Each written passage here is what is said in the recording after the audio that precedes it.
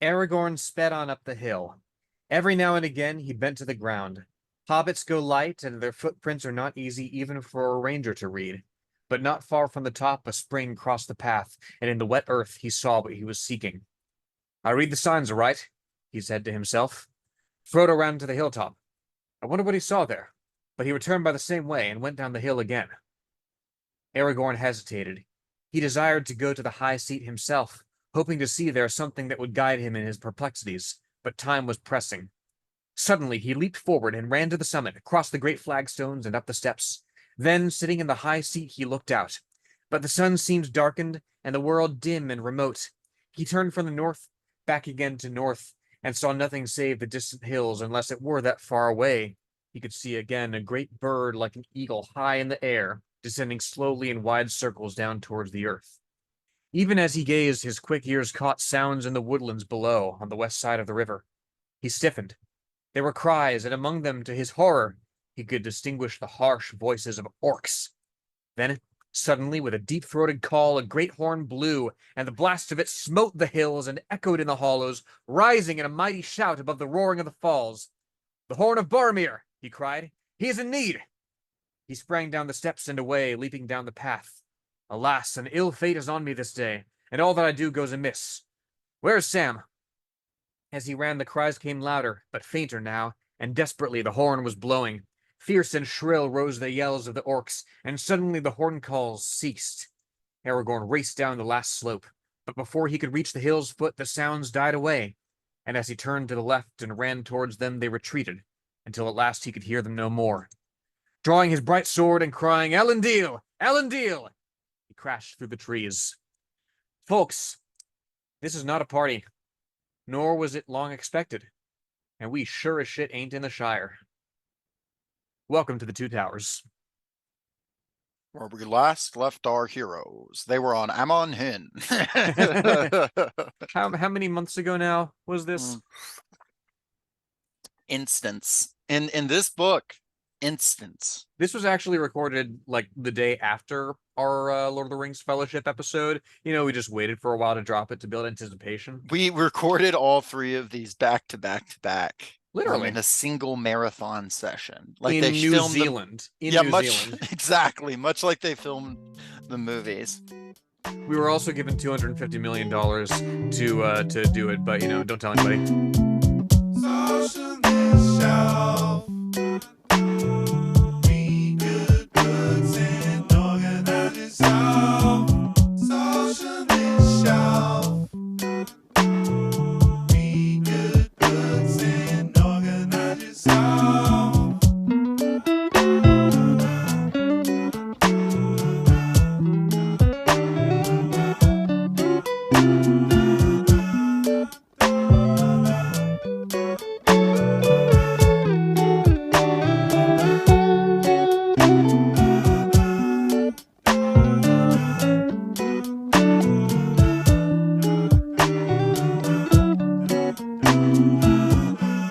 You're now listening to Socialist Shelf Radio.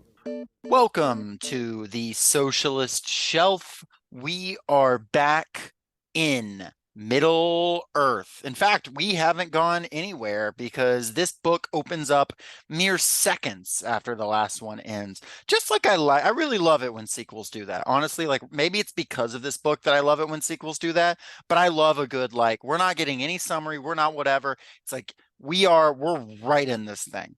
I want a book that picks up where the last one left off, but like mid-sentence. Like, that'd be sick. Dude, just imagine, like, if Fellowship had ended, then shouldering their burdens, they set off, seeking a path that would, you know, however long passes, and Two Towers comes out and it's like, bring them over the great hills of the Emyn Muil and down into the land of shadow. And that's your prologue. Fuck you. It'd be fun if it would, and then it's just Aragorn sped up the hill. Like they don't give a shit. He forgot about it, and he's like, nah, doesn't matter. What do you care about? You care about Aragorn speeding up the hill, you action freaks. I care about Aragorn speeding up the hill. We do. We all do. I care so hard. You know, the funny thing about it, you know, a little info, a little interesting tidbit for the fans on Jacob lore here. This is the first section of Lord of the Rings I ever read was The Departure of Boromir, the first chapter of The Two Towers. I read it. It was like a homeschool book fair. I was extremely bored. I must have been like 7. I really think 7 is probably right because it was I had read The Hobbit like recently, like I think my dad had read it to me, but I had not read Lord of the Rings yet, and I wouldn't read it for a while. And I just found the book and I just like kind of sat down and read it. And I don't remember like super clearly all my thoughts about it. And I certainly didn't know who anyone was in the book, but I do remember very clearly this like first part and being like, that seems kind of cool. And presumably that like shaped my brain chemistry in a certain way. Presumably. My friend deceived me into watching the very last episode of Ozymandias before the rest of the series. That's exactly as formative and important on me as I'm sure the Lord of the Rings Two Towers reading that first was for you. I don't know what that is. What are you referring to? It's a high school like slice of life anime. It's I it's see. Does it's exact. Aragorn run up the hill in it? You know, if I had seen anything but the final episode, maybe I would know. What is it? The Kate Bush song about running up the hill? Once we do our 24-part series on Ozymandias, we'll find out. Yeah, no, running up that hill, A Deal with God, the Kate Bush song is about Aragorn, is the Hmm. crazy thing.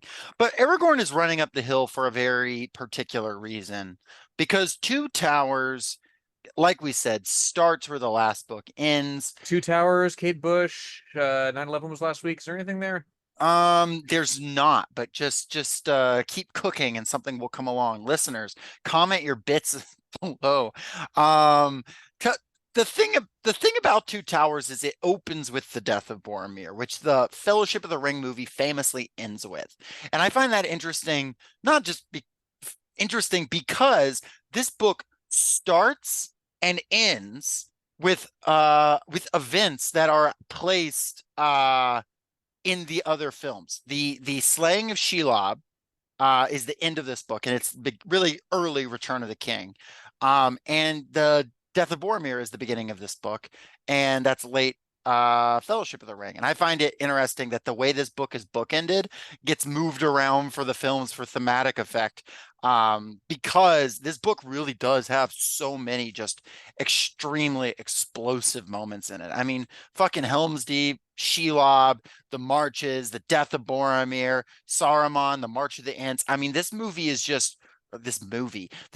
is just like maybe the most cinematic of the 3 books, honestly. It's kind of why Yeah. you have to move stuff around. Well, yeah, and that's the thing, right? I really do think that Helm's Deep is kind of the fulcrum around which this rotates, right? I mean, you have certainly pivotal moments like, meeting the Rohirrim, rescuing Theoden from Saruman's and Wormtongue's fell influence and counsel and whatnot.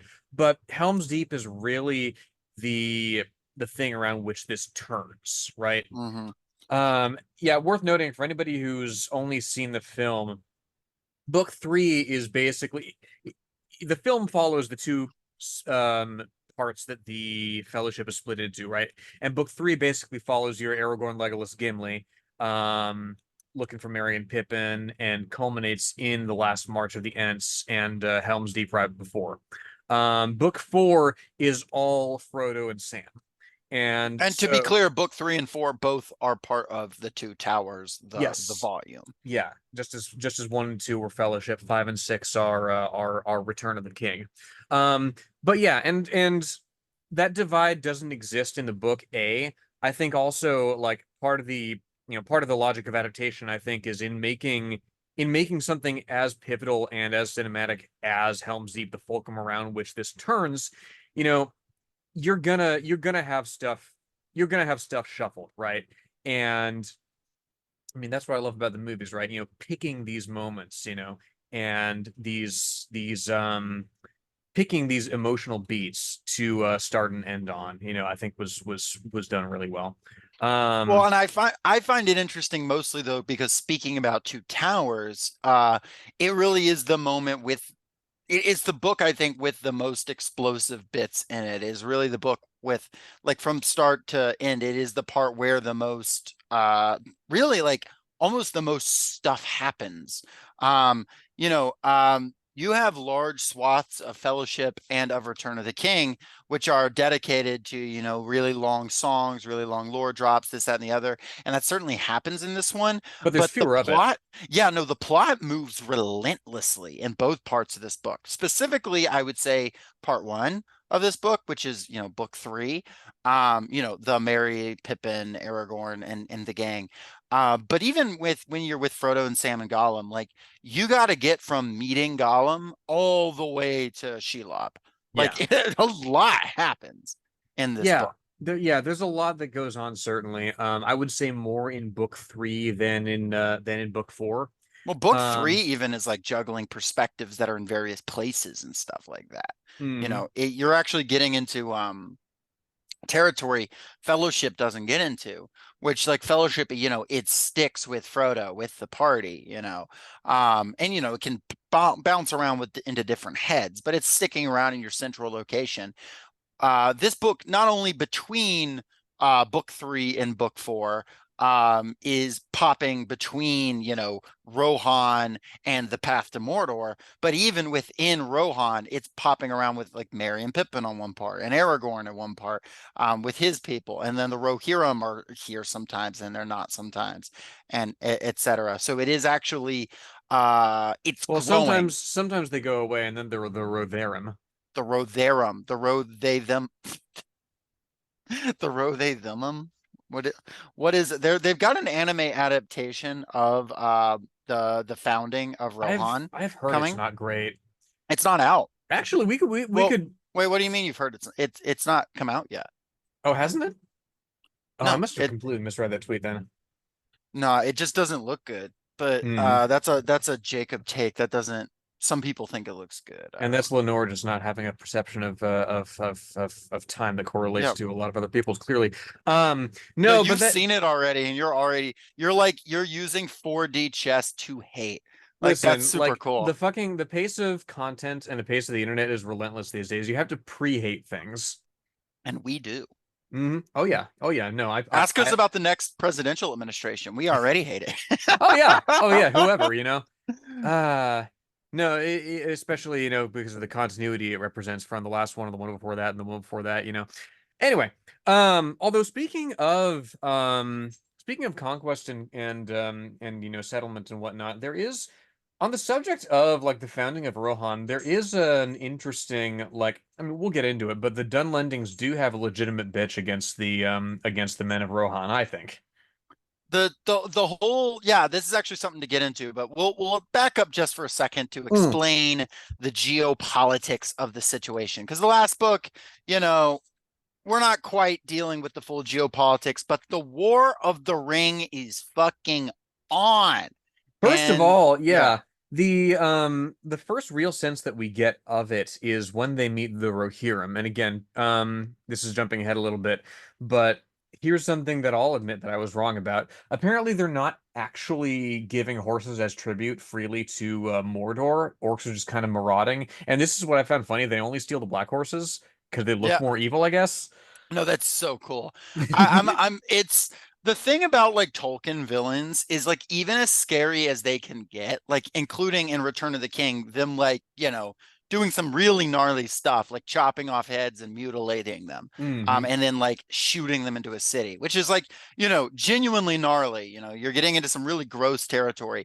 They still do stuff like name themselves Worm Tongue, go or call go by Worm Tongue, or like That's or get called that, or like choose black horses, or like yeah, like that kind, or like Melkor intentionally, when he made the orcs, like intentionally making them ugly and scared all the time. Like that's just a very like Tolkien villain thing to do. so that's actually what I like about, you know, I know you're not big into Warhammer, I but just don't know it. It's not like I'm against it, to be clear. yeah. I just don't know it very well. I'm actually speaking to Warhammer's biggest hater. He doesn't know it yet. I don't know it yet. Maybe I will be. I don't know. But that's the thing. Like, that's what I like about Warhammer is that it's Lord of the Rings, but with those elements dialed up. It's more pulpy, it's more campy. Like, Hmm. there's a dude in the Godric and Felix audiobooks who like drips some poison into this concoction that he's making, right? And it literally like steams up with a fucking like skull-shaped cloud of smoke, you know?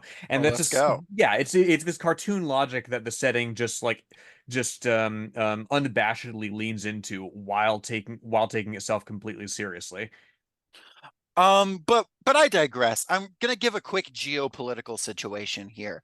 And this is where we run into almost immediately, the let's call it orthodox Marxists gripe with Lord of the Rings, right? If we're gonna be really annoying and pedantic and socialist about this book, a lot of this doesn't make a lot of sense. There is basically no class conflict. There's basically no this is a basically feudalist world where there just doesn't seem to be any peasants.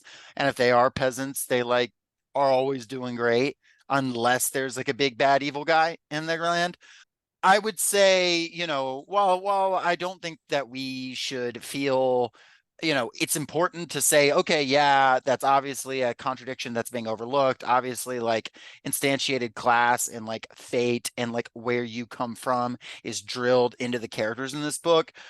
There's definitely a line to walk between saying, it doesn't have those things and also acknowledging the sort of fairy tale logic. But, on the other hand, it does at some points, try to take itself seriously. So, one could argue this, that, or the other, but like, I'm reminded of the George R. R. Martin quote of when he first read Return of the King and it said Aragorn was a good king. He asked what was his tax policy that made him a good king, right? Like he Mm. wants to know.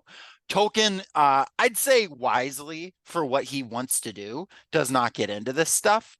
He does not take a stand on this because if Tolkien got into like a stand with his own like extremely weird breed of politics, we probably wouldn't have heard about this book because like it would have been baffling. It would have been like a niche book we dove into, and we might have enjoyed it tremendously, but it would not have this mass appeal, this legendarium status that Tolkien was going for. In much the same way as like in the Odyssey or something like that, you're not overthinking about like the farmer's relationship to the Lord unless it's an extremely cruel Lord, or you're not thinking it like in the way that like a creation myth, you're not overthinking this, that, or the other. Tolkien really wants you to put you in the setting. He one is reminded of like the Monty Python and Holy Grail bit with like the peasants who were like, by what authority is instantiated in you, O king? We Like, actually consider ourselves a sort of an anarcho-syndicalist collective. right. But And you can do that, and that's fine. And we will probably do that some talking about this and certainly about Return of the King. But, I guess that's something at the top. It's like, yeah, the geopolitics are not Marxist, they're not materialist, they're not even like realistic. But I think Tolkien would just be like, yeah, okay, if you told him that, frankly. yeah, yeah, no, it's certainly not his aim to be really prescriptivist about how we should structure our societies with this. He's building a legendarium. He's spinning mythology out of this, and as such, I mean, this is what. I mean, what stands out to me is, the people and how, in a setting where, people have certain natures that they can rise to or not rise to, there are people who are positioned, by their bloodline, by their descent, for great things, and they can rise to it or not. And that's the thing. That's kind of where we find ourselves with Boromir, right? Because we do get a brush with somebody who believes he's destined for, very pivotal things and turns out is not, you know. But Not what in the is way he? he thought, at the very least. Yes, yes. But what he does with that does end up being, this is what I was talking about earlier, Jacob, because literally the first thing that happens in the book, literally one page over from where I was reading, um, is Aragorn comes upon Boromir, who's blown the horn, and he's been fighting orcs, and it's like he 1v30s them. Well, it just says many orcs lay slain, piled all about him and at his feet. And in a setting that sets great store by what's unseen, that by what we as mortals don't get to see of gods and heroes, where, the battle between Gandalf and the Balrog amounts to, one sword flashing and the whip, answering. It's actually a great service to Boromir that we only see the aftermath of his great battle, because that renders it up entirely to legend and entirely to speculation by, his peers. Mm-hmm. And here's where you run into a very, we've talked about orthodox Marxists, a very orthodox Tolkienists critique of the films, because there are hardcore Tolkien fans, including Christopher Tolkien, the son of J.R.R., who did not like the films as a result of them, they feel, showing the unshown, right? The Boromir scene in the movie is one of my, like, maybe in my 10 favorite scenes in a movie ever. Him getting shot with the arrows and he keeps standing up. Yet it does put on screen something that is, not intentionally not shown in the book, marking the difference. I'm somebody that I can just kind of enjoy them both, which, call me a heretic if you will. I don't know if we've got enough any diehard Tolkien fans that are so diehard they like hate the films listening to us. There are dozens of them. There's really not that many, but they do exist and they are very loud if you are, as I used to be, in these like online spaces around Lord of the Rings. And in the scholarship, I will say, it's not just like a forums thing. This is this fan, I don't know if I can even call it a fandom. It's definitely older than the concept of a fandom, but fandom will do. Group around these books has existed for decades now, for more than half a century. So there is a whole lot of character and opinion and this, that, and the other. But one thing I want to really quickly run down that people can understand is the Two Towers, potentially what they are. Because this book, like I said a little earlier before I got sidetracked, probably by myself, was this book has a little geopolitics going on. It has the two towers of Minas Ithil and Orthanc, also known as Isengard. Interestingly enough, the two towers are not Barad-dûr and Isengard. They're actually Minas Ithil and Isengard, which is strange. But we know even though it doesn't state outright in this book what the two towers are, if there was any doubt about that, it is put to rest by the art Tolkien drew for the second edition of the Two Towers, which explicitly depicts those two towers. Now, Minas Ithil is the Tower of Sorcery. It's also Minas Morgul now. That has been taken over by Mordor. It basically guards the entrance to Mordor. It's where it's got more ghouls now. Literally. And ghouls, goblins, and all sorts of nasties. And it guards the entrance to Mordor. On the other hand, and that's where the armies to invade Gondor issue forth, the Gondor being the biggest nation of humans. Then there are two subservient forces, right? Rohan, which is essentially a vassal state of Gondor. Think less, colony and more like relationship of like Scotland to England for most of their history. Like, yeah, they were at one point colonized, but like at a certain point it was like, okay, we're like sort of equals, but we kind of follow you along. Scottish listeners, don't get too mad, but like, come on, the Scottish king became the English king at a certain point. Like, it is what it is. The Irish, okay, maybe I'm wading into dangerous waters here, but and Isengard, which has actually made itself subservient to Mordor, is led by the wizard Saruman, who is the chief of Gandalf's Order of the Wizards, who has once Saruman the White actually betrayed that and become Saruman of the Many Colors. Folks, he's gone woke. He has embraced the rainbow. He's gone gay. No, the actual explanation is he's like, I was white, but all colors are contained within white. And Gandalf has his like, he who breaks a thing to find out what it is a fool. And I think that was written into the book just like, I think the Saruman of Many Colors thing was made, I almost suspect, just so like Tolkien could write that line because it goes kind of hard. I liked white better. Yeah, or also I liked white better, and he who breaks a thing to find out what it is. Those two. Yes, yeah, Gandalf just has to be a bitch about Saruman's new robe.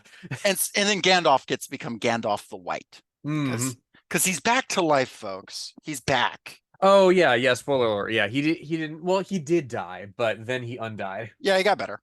Yeah.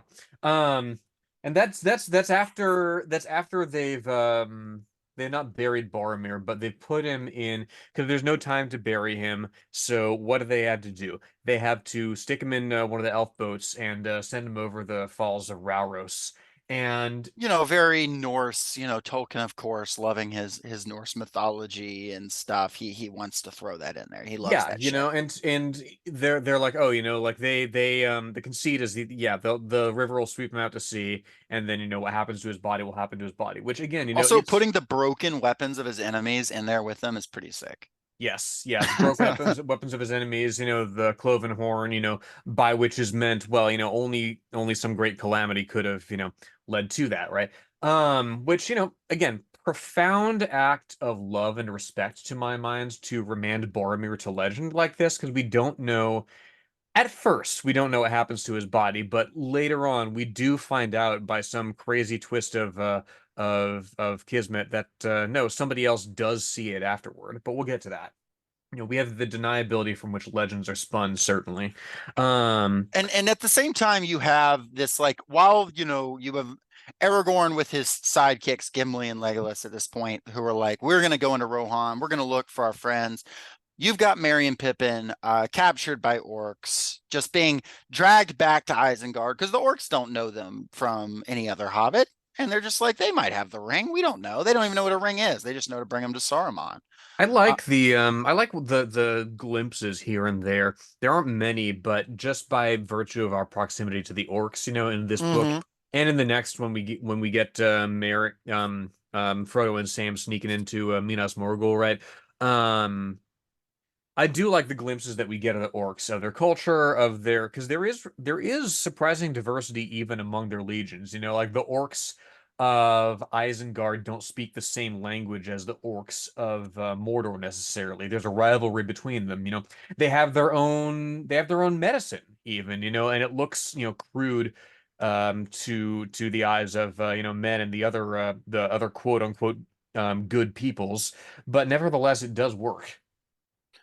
Yeah, and you have the orcs of Isengard notably are these like super orcs. They're the Uruk-hai. They are basically Saruman has taken what the dark god Morgoth, Melkor, did long ago, right? Which was corrupt elves, make them orcs. Saruman has now worked his particular brand of sorcery, which is basically just like technology, in this case, probably just like crossbreeding and shit, to actually make an orc that is bigger than your normal orc, that is more resistant to sunlight, that is stronger, and that is hardier of will. You can tell these guys can focus better. I mean, they're not high IQ, but unlike the orcs of Mordor that are always just like stabbing each other, the Uruk-hai at least work together pretty cohesively. Now they will work together against the orcs of Mordor. But these Uruk-hai are like more impressive. And you've got this whole, you've got them yelling at each other and Ugluk, this great Uruk-hai, saying, "You'll run with me behind you. Run, or you'll never see your beloved holes again. By the white hand, what's the use of sending out mountain maggots on a trip only half trained? Run, curse you! Run while the night lasts." And he just Wouldn't it starts suck? whipping them. Wouldn't it suck to never see your beloved hole again? I hate when I don't get to see my beloved hole again. They're of course referring to the and for the second time today, insert what you will there, oh listener. The rest of that joke will be on Social Shelf After Dark. That's so true. So true.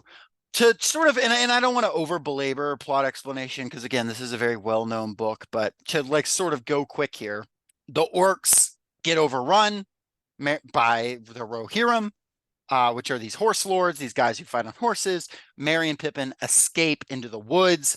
Aragorn, Legolas, and Gimli fail to catch up to them in time and instead um, get redirected on a sort of new on a sort of new objective after they run into Gandalf.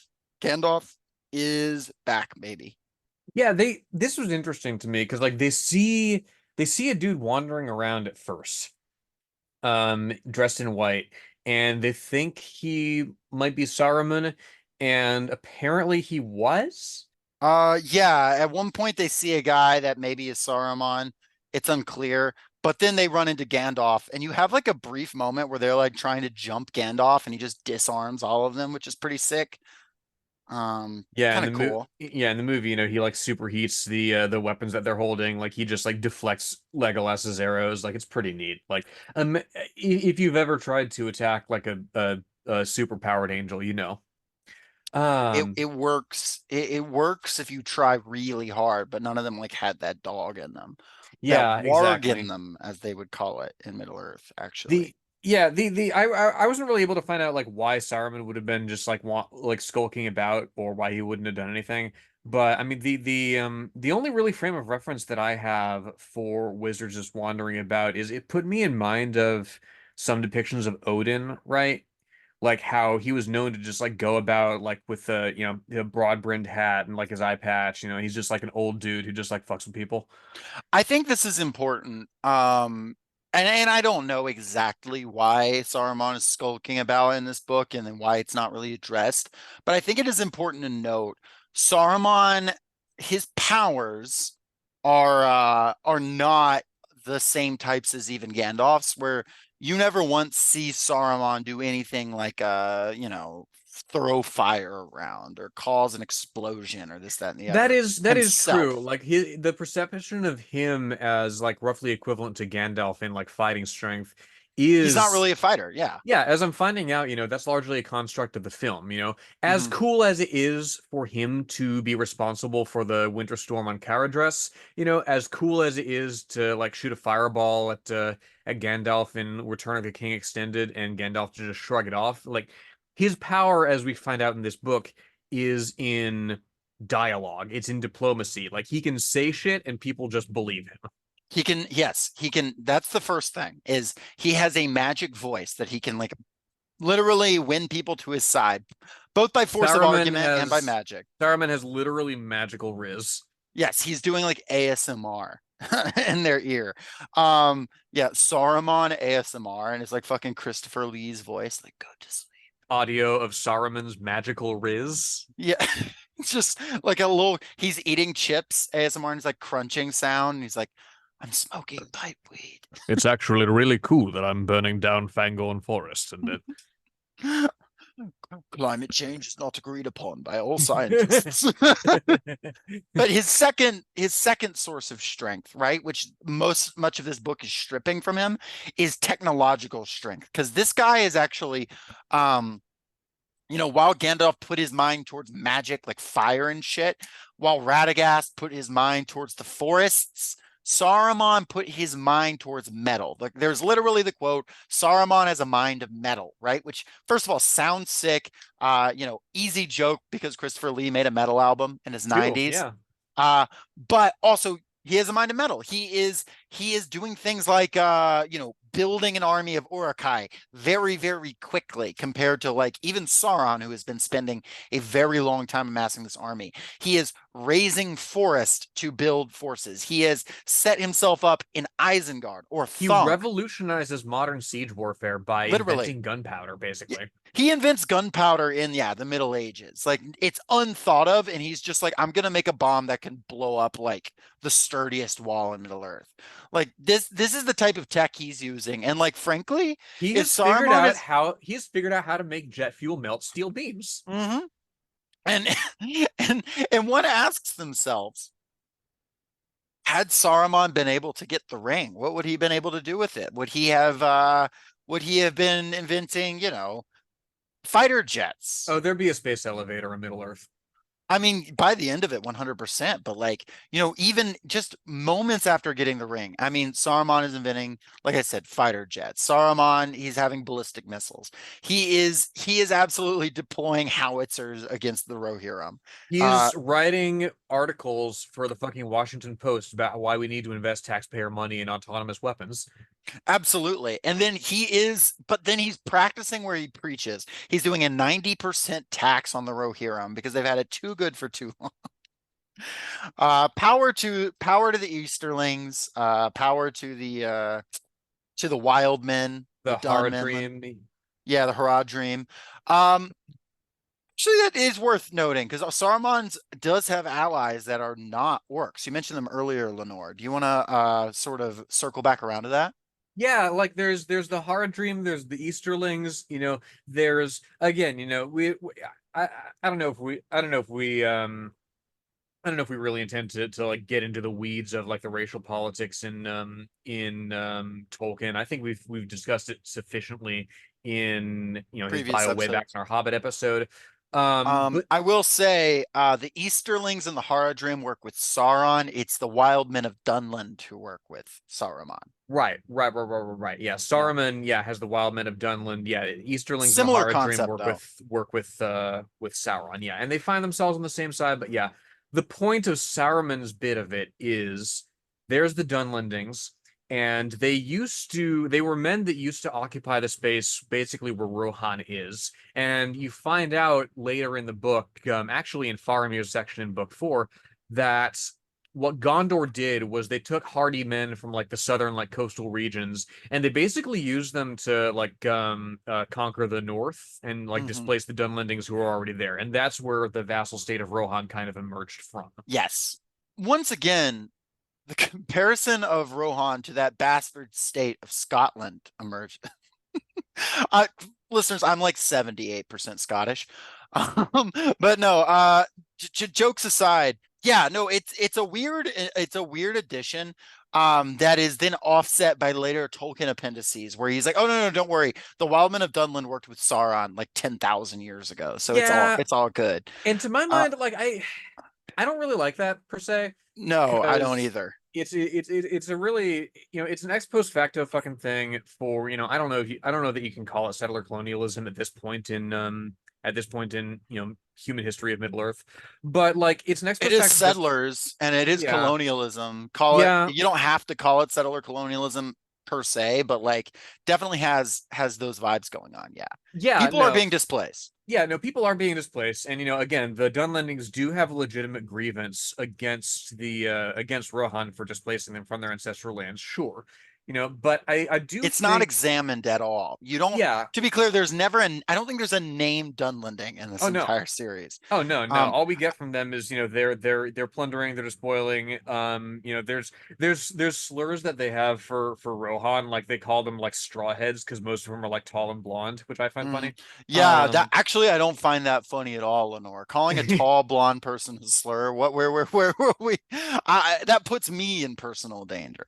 well, if So you I, think about it, like I dye my hair blonde, so I actually put more effort into being blonde than you do. So, you'll forgive me for I don't appreciate you presuming to speak to me about the blonde experience. you dyed your hair blonde just so that you could like call people straw heads. I think that's exactly what it was. I'm Me actually trying to specifically. collect all the slurs. Yeah, exactly. That's the only one you've gotten. So,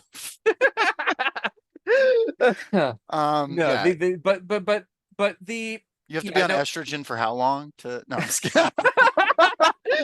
I'm getting there. I'm getting there. Filling up the XP bar, as it were. Yeah, But no, the fucking like it does, I think, cheapen it to have that ex post facto justification for yeah.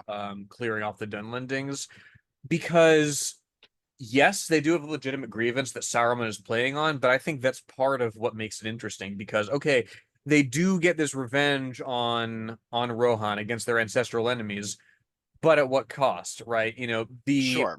They're not freeing themselves, they're doing it at the behest of, you know, they're trading essentially one enemy for another. They're trading one Dark Lord for another if Saruman, sees his plans through to fruition. And of course, And that logic can be, used against people that are actually seeking national liberation. But I also don't want to like, well, but I that's don't the want to thing. Like imply Tolkien's thinking that hard about it Well, either. because that's the thing. Like in the real world, there aren't magic rings that Dark Lords use to, suborn vast, swaths Hmm. of people. Like there is literally a fucking dude with a ring that'll plunge the world into darkness in Lord of the Rings. It's worth noting, to whatever credit might need to be given. Um, Tolkien does acknowledge that there is conflict within the Easterlings and Haradrim. I don't know if he ever mentions the Dunlenders in the Silmarillion. He does note that there is conflict over serving Sauron. So again, There he's does exist. There he's does exist. meticulous in this book, though. So Yeah. like at the same time, as meticulous as he is to not include that kind of thing here, like I can understand the criticism, and I don't know what to say of it beyond like, yeah, I wish he'd done better. Well, and there does exist as well within the ranks of the orcs Oh this yeah. idea that yeah, like this big dude that referring to Sauron, this big boss that's like, got them all under his yoke, like it wasn't always this way, the orcs used to be more decentralized, like, and oh, wouldn't it be cool if we could just like go be brigands somewhere with just me and the boys, Yeah, you actually feel for them a little bit. I mean, they don't want to do good things. But Once, there is more of a diversity of thought, of ambition to the orcs than one might assume from just having watched the movie, or indeed from only having encountered orcs as this or that enemy in video games or tabletop games or board games or whatever. mm. Um, there's a little more going on than just the trope of, oh, this ontologically like evil people. Yeah, and it's worth noting, like too, like Tolkien has a quote on the orc that says, "And deep in their dark hearts, the orcs loathed the master, capital M, whom Yeah, they served in fear, the maker only of their misery." Uh, this this is, it may be, the vilest deed of Melkor and the most hateful to Iluvatar. In that case, Melkor is talking about the dark god that Sauron originally worked for, and some versions is the son of, and the Iluvatar being, God, big G. And we're really in the weeds here, but I think that that's interesting too, of like these moments of like pity for these creatures. Like there's some thought about it, but yeah, unlike, later fiction that'll come along, these are also not seen as like equal creatures, right? But therein is like sort of the eternal trap of like talking about Tolkien, and yeah. we perhaps have even dwelt on it too long. Oh, well, as Aragorn says on page 441 of my omnibus edition, there are some things that it is better to begin than to refuse, even though the end may be dark. As Pippin said, half-grown hobbits, the hole dwellers. Couldn't He agree also, more. I opened a random page and hoped there was a good quote. There is That a was good. there is a thing here on page 442 before we get back to more or less the progression here that we were on. Gimli sat hunched by the fire, running his thumb thoughtfully along the edge of his axe. That is one more thing that Warhammer owes to this series, because that gesture, Gimli running his thumb along the edge of his axe, the Gotrek and Felix books take that specific gesture directly from here. It's something that Gotrek, the dwarf warrior in that book, does like before a battle. He runs his thumb along his axe and it bleeds, and he's like, yeah, it's still sharp, still got it. She run my hand across the axe till it bleed. No, no, no, no. That's the haft of the axe. I'm talking about the edge. The haft. You did what to the axes? Well, that takes a lot more time on estrogen. The old battle axe. Let me get to my favorite character in this book, except maybe Gollum. Treebeard? Treebeard. You have Merry and Pippin flee into Fangorn Forest. And the first thing I'll say is legitimate criticism of Tolkien, but I love it.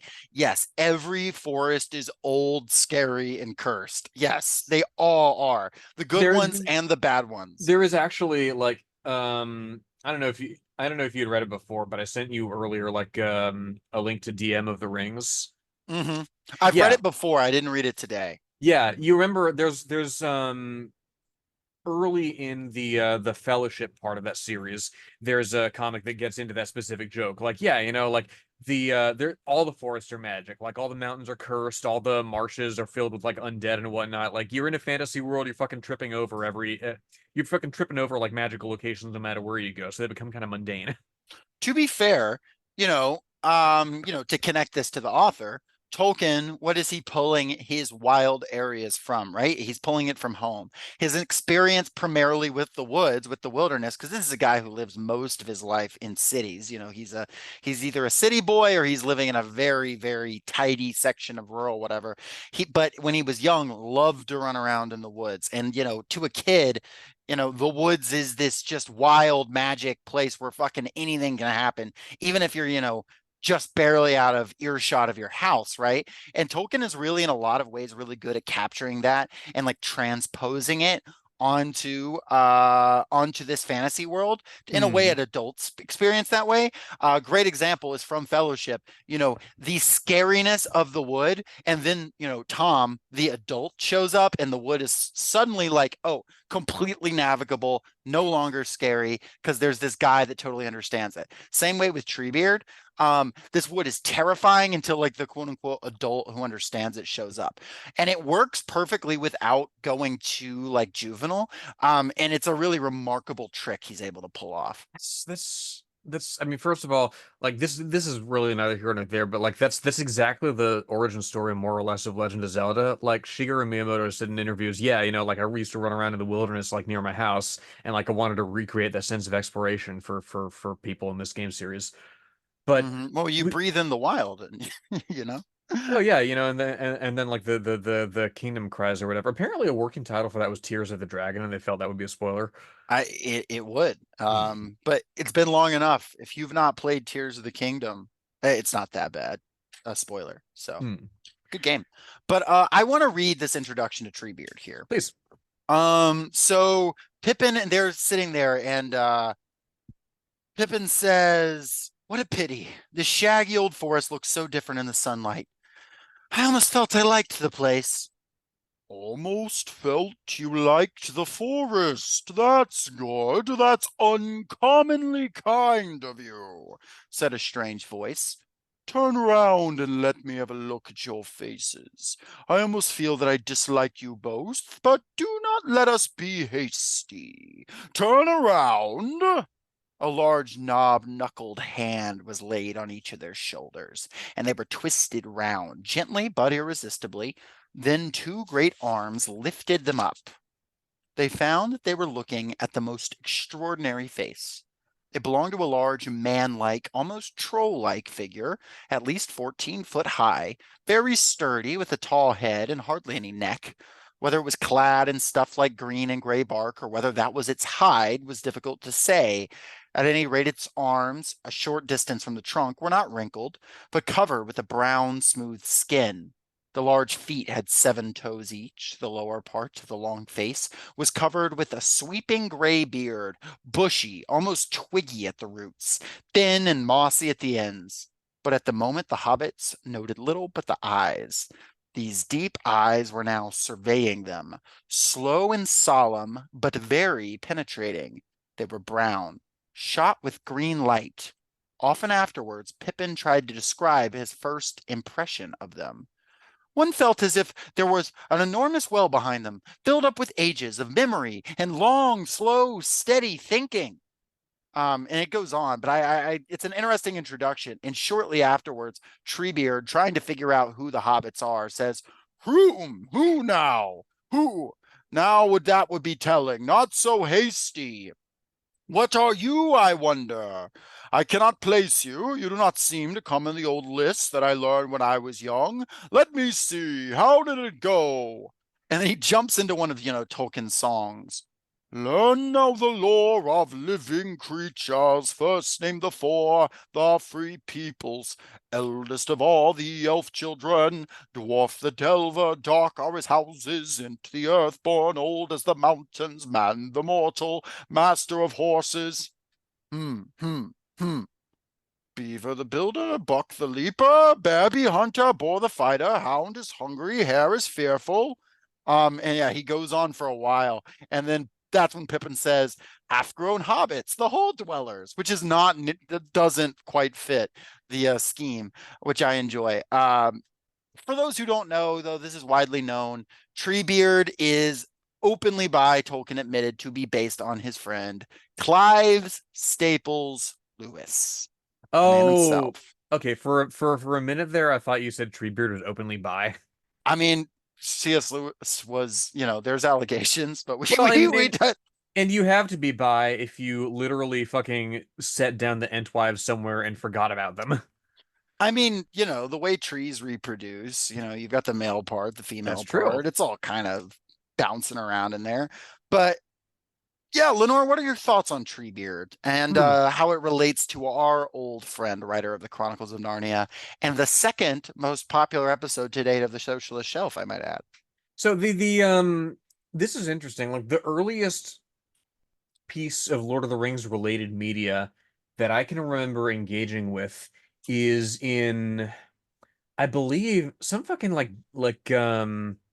I don't know, like Dis like People magazine for kids or whatever, like Disney, some kind of like Disney thing for kids, right? That was like, oh yeah, movies are out like now that's this and this and like here's a fun fact about it. The very first thing I remember reading about Lord of the Rings was in one of these like kids magazines that was like, oh, did you know the Entish word for hill is Alalalala Rumba Kamanda Lindor Burume? Literally. I didn't.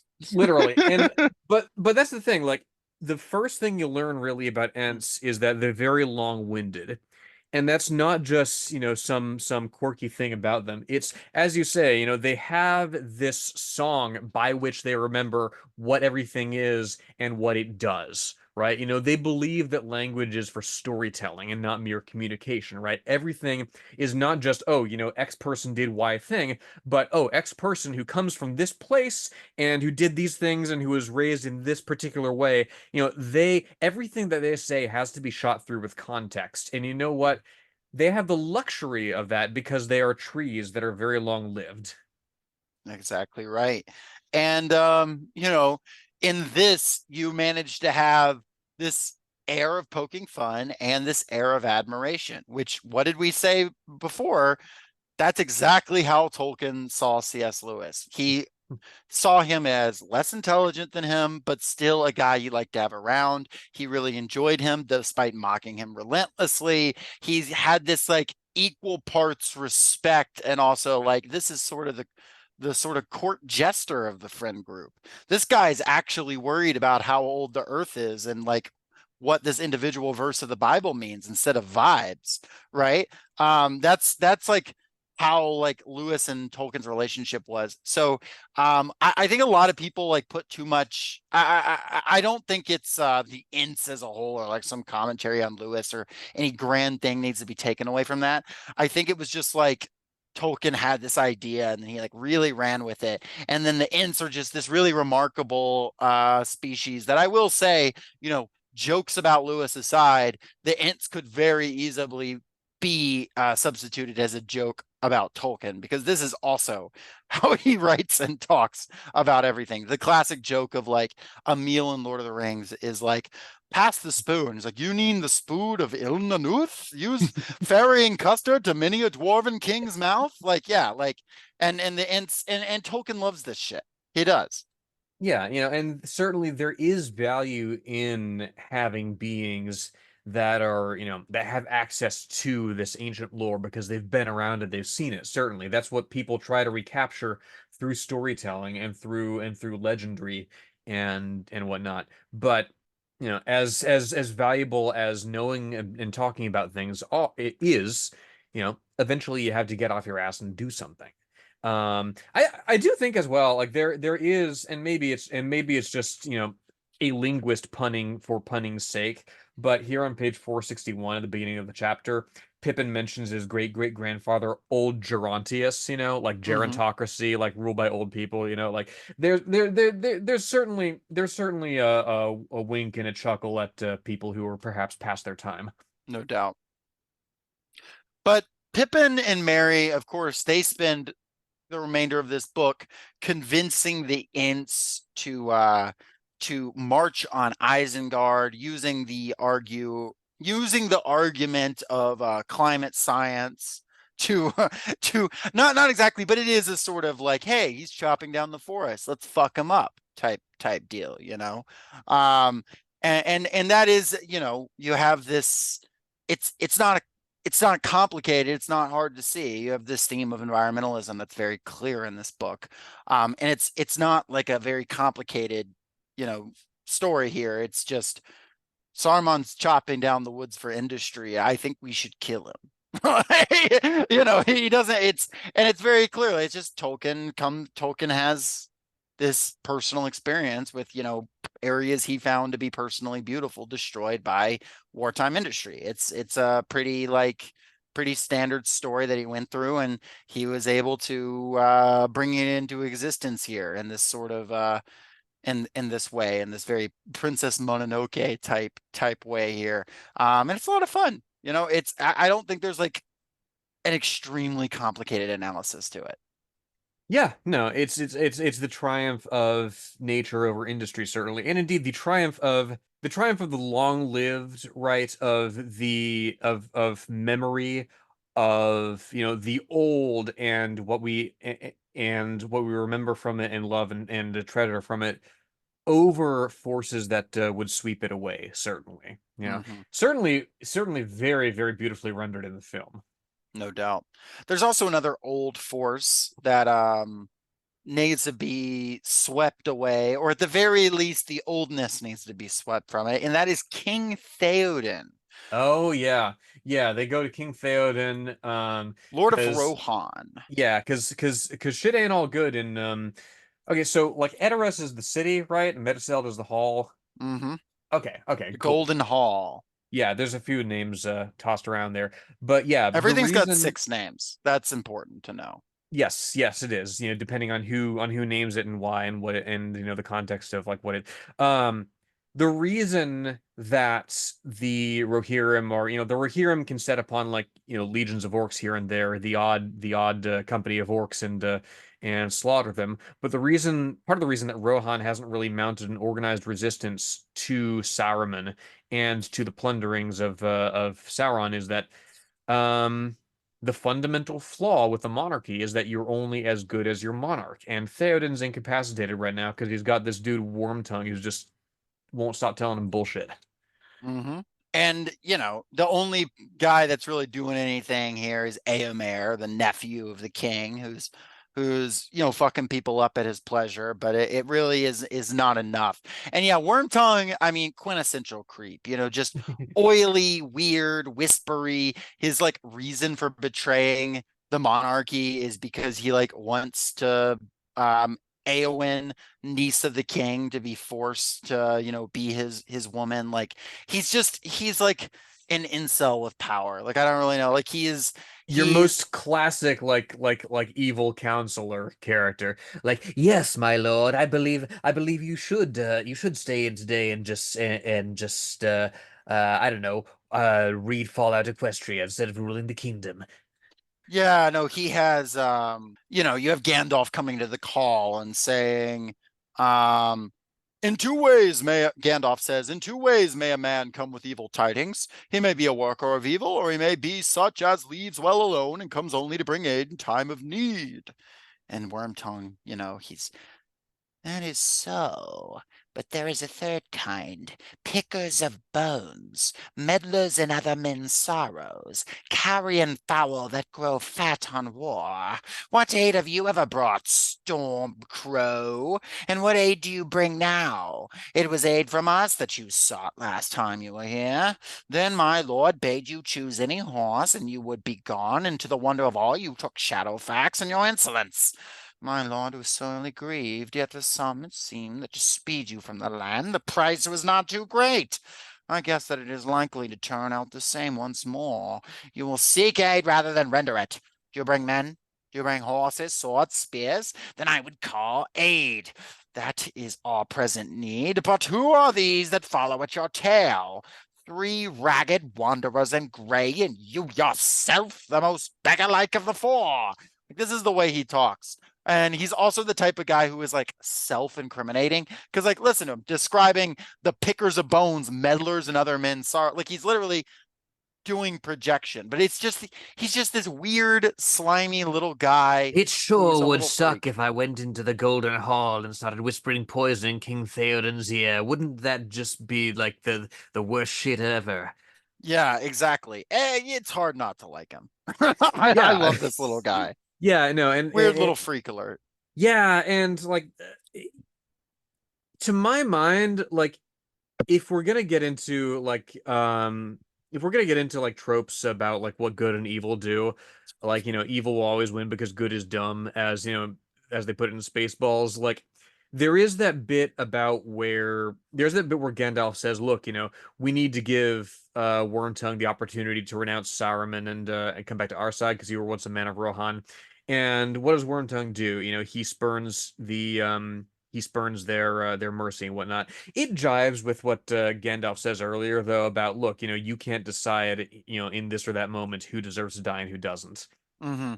I mean, in the Silmarillion, reference again, they even are told that they have to offer orcs quarter if they ask it. Yeah. So like, that's an important detail. Theoden is, the spell is lifted, the spell being some combination of the voice of Saruman working through Wormtongue and also just Wormtongue's deceptions. Theoden's still an old man. You don't have quite as dramatic a transformation as the film and the book, but he's able to see the light again. And he's like, oh shit, we gotta go to war. Hmm. It's time to fight, baby. So, I know we're moving really quick here, but it's time for war. They're not going to be able to defend this place. They're going to Helm's Deep. They're going to fight a classic battle. It's going to be legendary. It's going to be epic. And oh yeah, in here, we get introduced to Eowyn, who's we'll probably talk a lot more about in the next book, but There's she's not a cool and she's here. Yeah, there's not a whole lot to her, but like Not she not is. yet. There will be much more to her in the next book. There will, yes, but for now she's left in charge of Edoras in her uncle's place, while he goes off to We're war. known that she is cold in a hot way, Hmm. basically. Like that's her thing. She's like blonde. She's a knockout, but she's sad. She's a Um, Sigma. yes, she is. And Wormtongue was like, I gotta have that baddie. Didn't work out for him. Hmm. Um, R.I.P. Wormtongue. They never go for the nice guys. I'm telling you. I do want to say one more thing about before we pass too far from Treebeard, Mm, is that there's a lot we'll get into a lot here about the stature you're supposed to have, the sort of bearing that you're supposed to have if you're a heroic character, if you're rising to the sort of occasion and role that your descent and your rank have really prepared you for or required of you. Um, when he says in when he's talking about Saruman destroying the forest, Treebeard is, and he says a wizard should know better, right? As we said, Entish culture is based on recall, memory, context, tracing the evolution of all things as you talk about them. So, when he says that, it's not just that Saruman is destroying his people, his forest, that destruction is a violation of the Entish understanding of reality. It's without precedent or preamble, right? It's something acting in a way it ought not to, It's that's how I read it, And even if Saruman has defeated the war, right? This last march is a stark reminder that a world made for them is passing out of being. Um, that's and it's so there is, to return to Theoden, there is a sense of, okay, well, things that have been twisted out of shape can be restored, to some form of glory, at least for the moment that they're required to. Um, on page 540 here. With that shout, the king came. His horse was white as snow, golden was his shield, and his spear was long. That there's a certain slenderness to descriptions of people at moments of great import in this text, and I like it. It reduces that moment when the king appears to make that last charge at the end of the Battle of Helm's Deep, right? It reduces that moment to a few critical elements. It allows those who hear it the luxury of imagination and embellishment because it's a moment that demands embellishment, right? hmm. It puts the focus on what those critical elements do. The horse is white because no horse is whiter. The shield is gold because no shield is shinier. The spear is long because it's exactly the weapon it needs to be in that moment, right? So, you can achieve, even if you're at your lowest point, you can still achieve grandeur by, rising back to your occasion, right? And the rhetorical humility that the text, introduces you with makes that clear, you know. Tolkien's already talked at considerable length about the layout of the Hornburg. This is what he's building up to. This is Glamdring answering the Balrog strike. Well, there's so many cool little moments like that, right? Like the buildup of the Battle of Helm's Deep is so sick. I mean, it says, the rain is coming down, right? Um, Arrows thick as the rain came whistling over the battlements and fell clinking and glancing on the stones. Some found a mark. The assault on Helm's Deep had begun, but no sound or challenge was heard within. No answering arrows came. The assailing hosts halted, foiled by the silent menace of rock and wall. Ever and again the lightning tore aside the darkness. Then the orcs screamed, waving spear and sword and shooting a cloud of arrows at any that stood revealed upon the battlements. And the men of the mark, amazed, looked out, as it seemed to them, upon a great field of dark corn, tossed by a tempest of war, and every ear glinted with barbed light. Right? You have moments like this, right? And then you have moments like, that this grand description of the enemy, things like that. But when the heroes fight, Éomer and Andoril together, right? You have Goothwine, cried Éomer. Goothwine for the mark. Andoril, cried Aragorn. Andoril for the Dunedain. Charging from the side, they hurled themselves upon the wild men. Andoril rose and fell, gleaming with white fire. A shout went up from the tower. Andoril goes to war. The blade that was broken shines again. Dismayed, the rammers let fall the trees and turned to fight, but the wall of their shields was broken as by a lightning stroke, and they were swept away, hewn down, or cast over the rock into the stony stream below. The orc archers shot wildly and fled. Right? You don't get you don't get these in-depth descriptions of duels and stuff. Mm-hmm. You 100%, and I want to make it clear too that like Tolkien is actually he can do these descriptions of duels. He has other writings, not Lord of the Rings, really. You don't have much of that in Lord of the Rings. I guess I'm trying to think. There's a couple examples of one where it's like Aragorn blocked his stride, ducked, and stabbed him in the stomach. Like it happens like twice in these entire books. You have other books like Lost Children of Hurin where duels are described in a little more detail, or fights between man and monster. But in this, you have these just grand moments. And I'm just saying this to build on like Lenore's point of like, I don't know, you put it best, but I guess I'm just trying to sort of put a retweet on that. I like that moment, but I don't quite know why it doesn't frustrate me. And it did a little as a kid, right? Like as a kid, I was like, okay, but like, where's the nitty gritty of then he dodged and then he whatever. But it's just so like grandly put that I really enjoy it. And it's funny because there are fights later in these books. And even in this book, like between the hobbits and like Gollum that are like blow for blow recounted. And I find it very interesting. Well, and I wonder if it's a different expectation, right? If it's a different audience that Tolkien and, whatever fantasy author of today is writing to. I'll tell you again, like I will not stop recommending Joe Abercrombie to you. Like he writes, really gritty fights that yes, they get into more of the they get into a little more of the nitty-gritty of like the moves and the techniques and whatnot. The specific contours of swordplay here and there. But what they also seek to emphasize, there's a cinematic quality certainly about it, but what he's also seeking to emphasize is there's no romance to it, right? As there is Sure. here, right? He really likes writing chaos. There's a bit in his second standalone novel, The Heroes, where he writes a battle scene and there's like 8 perspective switches.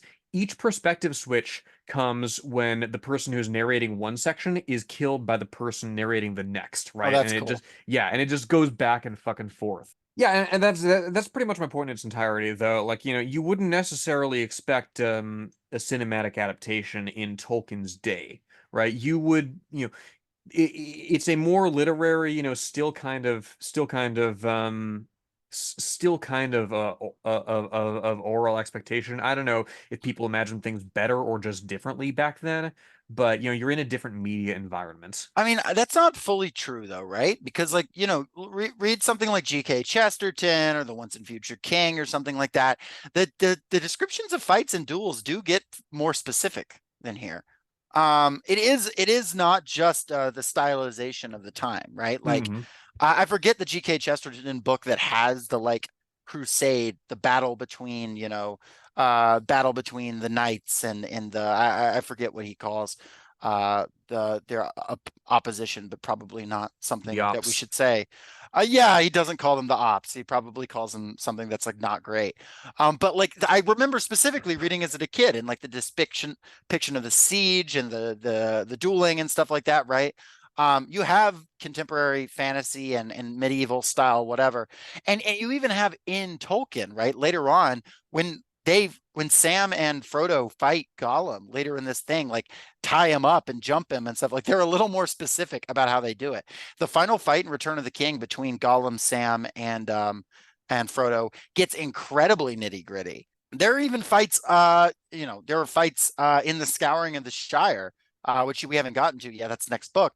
That are more specific. I think there's something about like the grandeur of Aragorn, right? And him being, if I can really just like go out on a limb here, I don't even know if this is right or not, but this is what I think, right? This is how I'm reading this. And it's how I really have read this for years, is so much of what Tolkien is fascinated by, right? Is the idea we talked about this in our Dune episode, right? Is Tolkien and Frank Herbert looked at the same problem, right? The problem of leadership. And they said, and Frank Herbert said, only so few men can lead and no men should lead because of how horrible that command is. And Tolkien seeing similar like life, having a similar life trajectory to Herbert in a lot of ways, having seen a lot of brutality and having said himself, I believe only 1 in 1 million men can lead and of them few should, almost direct quote. It's something along those lines. Got fascinated with who is the guy that should though, right? Like he's actually interested in that. He's not going full like there power corrupts absolutely. Like there are guys who can do it and they've got to be like completely self-denying and they have to like not want it and they have to live in the fucking wilderness for 80 years or some shit. But there are guys out there that should have it. He's very biblical, David being called from being a shepherd, that kind of thing, to serve. Chosen, fated, but also of the right temperament, of the right whatever. And I guess Aragorn is like his quintessential that character. And so when he has these grand moments, and Theoden too, when he has these grand moments with these characters, I guess he just wants to make it a story like and reading like something more out of like Paradise Lost than A Song of Ice and Fire. You know what I mean? There are certainly figures called to serve and to serve cunt. Mm. If I may Have you share a, ever seen Viggo Mortensen pushing open those doors in Two Towers? My God, he can push open my doors any day. I tell you what. so true. There is a note here that I have that I just say Aragorn is hot, right? And what I'm referring to is this bit of 501 here. Read Uh, it. he rose and looked long at Gandalf. The others gazed at them in silence as they stood there facing one another. The gray figure of the man, Aragorn, son of Arathorn, was tall and stern as stone, his hand upon the hilt of his sword. He looked as if some king out of the mists of the sea had stepped on the shore upon the shores of lesser men. Mm. First, I mean, first of all, I mean, and there's other places where Tolkien dwells and how cool Aragorn is, but I do like that he reminds us, yeah, Aragorn, son of Arathorn, he has this moment in history by dint of who he is, by his descent, and he is rising to everything that his bloodline says about him. I also find it funny that in these three books, Aragorn gets described as incredibly cool and hot in several distinct ways. Like in the first one, he's like eyes gleaming, hooded, long legs. Around here, we call him Strider. And then we got him grand, powerful, storming. And the next book, we have that, but we also have him like being incredibly like gentle and tender and like healing people. And Tolkien fucking loves Aragorn. Oh yeah. He Well, really and does. and there is a certain there is a certain quality, that's very attractive, that's very captivating about characters that are capable of, great gentleness and also great strength and even violence when necessary. Well, that's Um, and that's basically every good guy in this book. Every human, every person in this book, right? Like almost all the men in this book are like very tender, really, with each other and the way they mhm. talk and they sing and they like art. And like you even have like Legolas and Gimli like playing their game together and like being very, being very like playful with each other. And like everybody has like all the guys in this, but especially Aragorn, but everyone, all of them have very soft edges and very hard edges. And like, and it's not shown as a contradiction or like a sort of violation of masculinity. And I will say that like, obviously Tolkien is like hearkening to like previous times and there are grand tales of knights who both weep and fight battles, but also like, writing this, publishing this in the 50s, Tolkien is also making very intentional choices about like, what a man should look like and that are contrary to your standard image of what like a good Englishman should be. Like, you know, although like obviously like very British propriety that goes into the lords and the nobilities of this book, he is definitely not taking like a contemporary stance on like this is what a man should look like. Hmm. He definitely doesn't do that. And that's there's no doubt of an intentionality there, you know. And what a man should also be capable of is realizing when he's being bullshitted, as Theoden does in this chapter here, The Voice of Saruman. Yeah. That really brings us here to the end of this first section. You want to sort of bring us home here? Yeah. So the last March of the Ents is gone. It's kind of we get a little bit of a discussion of it after the Ents came and they, destroyed the great works of Saruman and they flooded Isengard by removing the dam on the river and whatnot.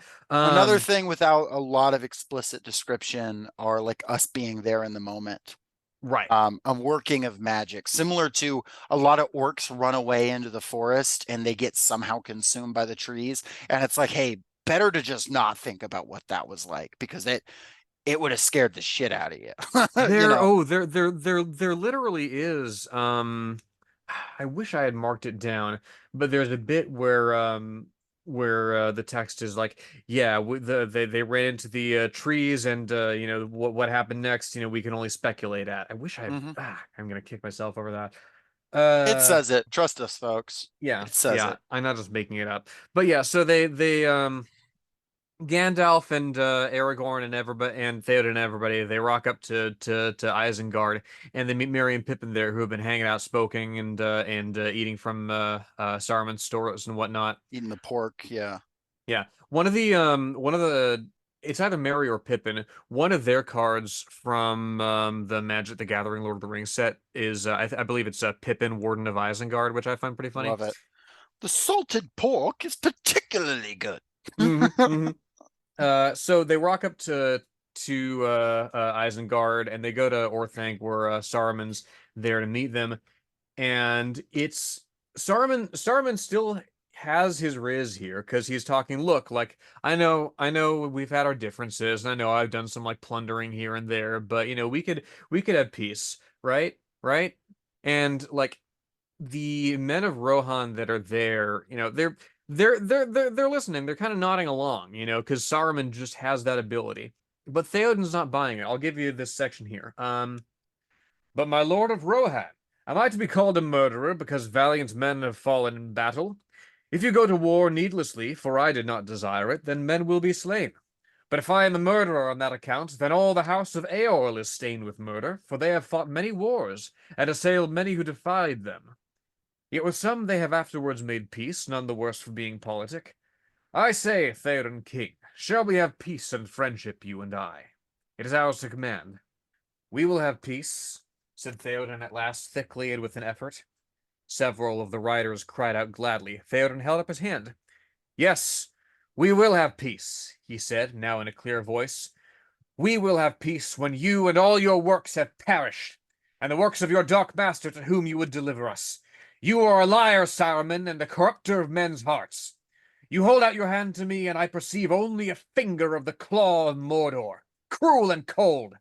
Even if your war on me was just, as it was not, for were you 10 times as wise, you would have no right to rule me and mine for your own profit as you desired. Even so, what will you say of your torches in Westfold and the children that lie dead there? And they hewed Hama's body before the gates of the Hornburg after he was dead. When you hang from a gibbet at your window for the sport of your own crows, I will have peace with you and Orthanc. So much for the house of Eorl. A lesser son of great sires am I, but I do not need to lick your fingers. Turn elsewhither. But I fear your voice has lost its charm. Goes hard. Yeah, and as it's interesting because there's not a, to my mind, we talk a lot about the decline of Middle Earth, right? But we haven't really talked up to this point about how, yes, of course, like part of the reason that it's kind of stagnating is because the elves won't fucking leave, right? Mm-hmm. There is a Obligatory future... fuck the elves. Sorry, go ahead. Yes, agreed. But there is a sense of progression, right? There is a sense of building something on the foundations of what came before.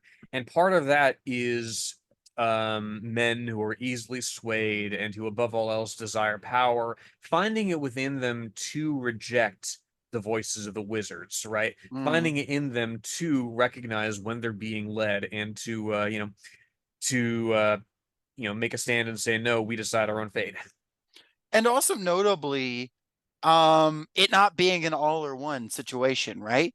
Obviously we have the moment of Werntung being offered, redemption and rejecting it, but Theoden is offered redemption and takes it, right? Theoden spent a lot of time sitting on his hands, deceived by the words of Saruman, while the sort of the torchings and the murderings and the tortures that he describes here are being done, right? And it doesn't matter. He redeems himself. Even and yeah, maybe he is a lesser son of a greater house as he describes himself, but he redeemed, like, this type of redemption is possible. Aragorn represents a redemption of a failed line, right? There are these blessed people sort of from these noble lines where like great power is thrust upon them, at least when it comes to the sort of geopolitics, the grand war side of the story, obviously a little different on the ring side. But these men are fully capable of failure, and they're also fully capable of like winning back over that failure and in literally the ashes of the war that didn't need to happen if they hadn't been so fucking stupid, they are able to like find redemption. And that's super cool. It rocks, and it's a lot of fun, and it's more fun for it. Theoden is more fun for having originally been deceived and weak, and now he's like cool, and he's got his sword, and he's kicking ass, like, even though he's an old man. There's a lot of fun to that. What else also rocks is the magic rock that Saruman had that he was looking at that showed him things from afar. And Wormtongue chucks it out the window. I literally so this is something that's as you recall in the film, right? They don't have the Scouring the Shire in the film, of course. So Saruman dies at this point in the movie. And only in the extended edition, sadly. In the extended edition, if you watch the theatrical cut, you just have to assume Saruman is just out there still, which is kind of strange. Yeah, no, it's a pretty glaring sort of absence, but again, 3-hour movie. Yeah. What can you do? But no, here, as you say, like literally, like Wormtongue is just like throwing shit at the Legolas and Gimli and Gandalf and that group. We need a name for the group, like, because the Fellowship's already broken. Well, it's the Rohirrim plus, what is it, 5 now? Our boys, I guess. Yeah, the gang. Yeah. So yeah, Wormtongue is throwing shit at the gang despite them, and he happens to throw like the coolest thing that they have, which is the best object, the Palantir with which Saruman communicates with Sauron. It's such a funny addition, and then it just like Saruman just starts howling at him. You fucking idiot! A fine pickle you've gotten us into now. I was gonna use that to call for reinforcements. Yeah, exactly. He was yeah, but so that's how Sauron sort of sees what's happened here, and now he thinks, oh yeah, so these guys are up to some shit. Palantir, isn't that the company J.D. Vance worked for? Oh yeah, yeah, the guy who really understands Lord of the Rings. Hmm. Yeah, Palantir, made by Peter Thiel, as well as Mithril Capital, because I don't know. I'm not going to say anything on this show that's going to get this show banned as well. But God, Peter Thiel and JD Vance, we've said enough on them. But yeah, let's just say more like uh, uh, Peter. I don't feel like talking about him. I don't know. I don't have anything there. Let's move on here. This is sort of the end of this section. And we move into section 2 of this book, book 4, which is it's a pretty drastic change of pace. Yeah, yeah, and again, sets the tone right away. Well, Master, we're in a fix and no mistake, said Sam Gamgee, because they're making their way through Em and Mule, of course, through the waste of that land. They run into Spiegel along the way. This is a really, really excruciating part of the book. Not because it sucks to read, not because it sucks to read, but because like they just I hadn't really thought about it before, because man cannot live on whey bread alone. Hmm. Like it says straight up, that the lembas bread that the elves gave them, yeah, it keeps you going, but it's not really that filling. Like I haven't really thought about like the what it takes to journey across Middle Earth, and the amount of water, for example, that you need to keep on you to stay hydrated. Especially as But a like, hobbit, just like a little guy. oh yeah, like and this whole time I'm just thinking, God, this must suck. And it does, they're like Sam and Frodo are like picking their way across just the rocks and the bogs and you know, he's in and they're climbing down ropes and all manner of stuff. And they're still being hunted. Let's note by the Nazgul, by the ring wraiths. You have, because they're talking and then his words are cut short. The hurrying darkness, now gathering great speed, rushed up from the east and swallowed the sky. There was a dry, splitting crack of thunder right overhead. Searing lightning smoked down into the hills. There came a blast of savage wind, and with it, mingled with its roar, there came a high, shrill shriek. The hobbits had heard just such a cry far away in the Marish as they fled from Hobbiton, and even there in the woods of the Shire it had frozen their blood. Out here in the waste, its terror was far greater. It pierced them with cold blades of horror and despair, stopping heart and breath. Sam fell flat on his face. Involuntary Frodo loosed his hold and put his hands over his head and ears. He swayed, slipped, and slithered downwards with a wailing cry. Right? So this is the shit they're going through. Just picking over this garbage landscape, getting hounded by ring wraiths. They don't know where they're going. They're you know with all the grand aspirations of the end of Fellowship, uh, really cold hard reality has slapped them in the face. They need a guide. They really could use a tour guide of some kind. Hopefully there's one for hire around here. Somebody like normal, cool, knows how to sort of talk in complete sentences. Lenore, you know anybody like that? I know somebody who's not like that, and his name is Gollum. Gollum, Because yeah, he's back, folks. He's the back goat. after kind of being a skulking sort of side presence in Fellowship. Now he rocks up in chapter 1 of book 4 here. They lasso him with the elvish rope. He says it burns him. Who knows how serious he really is about that? Like it's about here or a little, no, it's in chapter 4. But right around this time, I started to wonder how the fuck is Gollum still alive, right? Spite. Yeah, literally, like creature literally too angry to die, right? Because there's bits in this text where he goes without eating, without maybe drinking, and just what has the ring done to him that just keeps him alive? Is it the desire that 500 years of communing with the ring engenders that just like keeps him trapped in this hell of like constantly pursuing it again? Yeah, and he's also just in the same way as Bilbo, Bilbo lives way past his natural life even after giving up the ring. We should keep that in mind, because remember, unlike the film, the books have a large time jump, and Bilbo does quite fine over those decades. Good old Um, Frilbo Baggins. Exactly. And so Gollum, in much the same way, obviously more affected over due to his giving into the ring and the time spent with it, has all this like just weird strength but it is quite impressive. I will say though, um, Gollum is exactly what is like needed in this part of the book too. Because like as cool and everything, as cool as like all this shit is, and as like harrowing as the descriptions of the landscape is, this would be a hard read if not for Gollum, I think. It I think it would, would yeah. I think it would drag technically impressive as it is without Gollum. Yeah. Yeah, no, because there's a lot of landscape here. There's a lot of glory shots of the dead marshes And it's of great, but it's like, so is a lot of art films that I have to pause to like take a cup of coffee. well, and also like in again, the I don't tend to think of how big Mordor really is, Hmm. but here in chapter 3, right, we're 2/3 of the way through book 2, and they've already made it to fucking Mordor. And they're like, oh, wait a minute, we have to go south around it because like this is literally like the wrong place.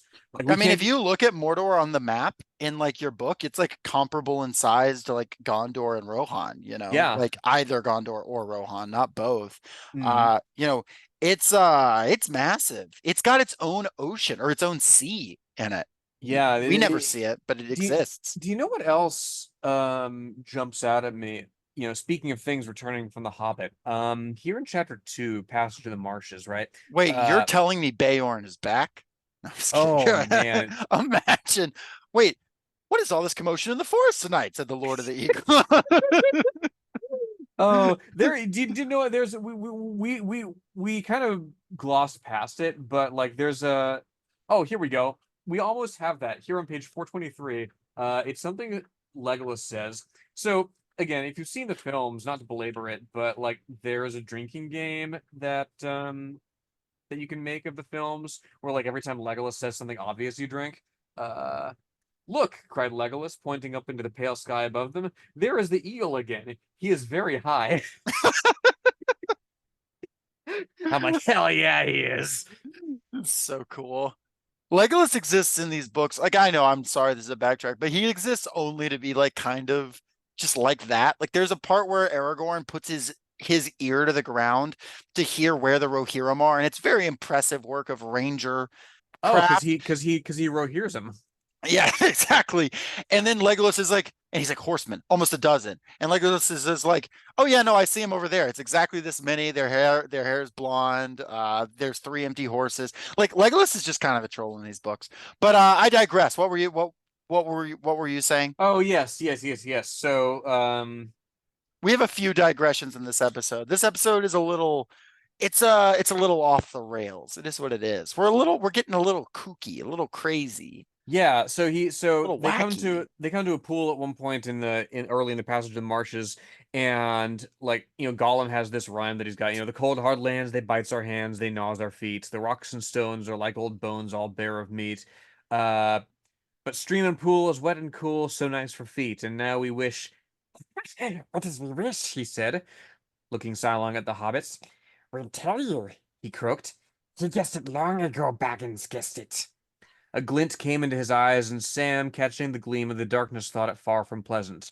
Alive without breath, as cold as death, never thirsting, ever drinking, clad in mail, never clinking. Drowse on dry land, thinks an island is a mountain, thinks a fountain is a puff of air, so sleek, so fair, what a joy to meet. We only wish to catch a fish so juicy sweet. That's the if you'll remember, the fucking like hated little cat and the fiddle shit from Fellowship, right?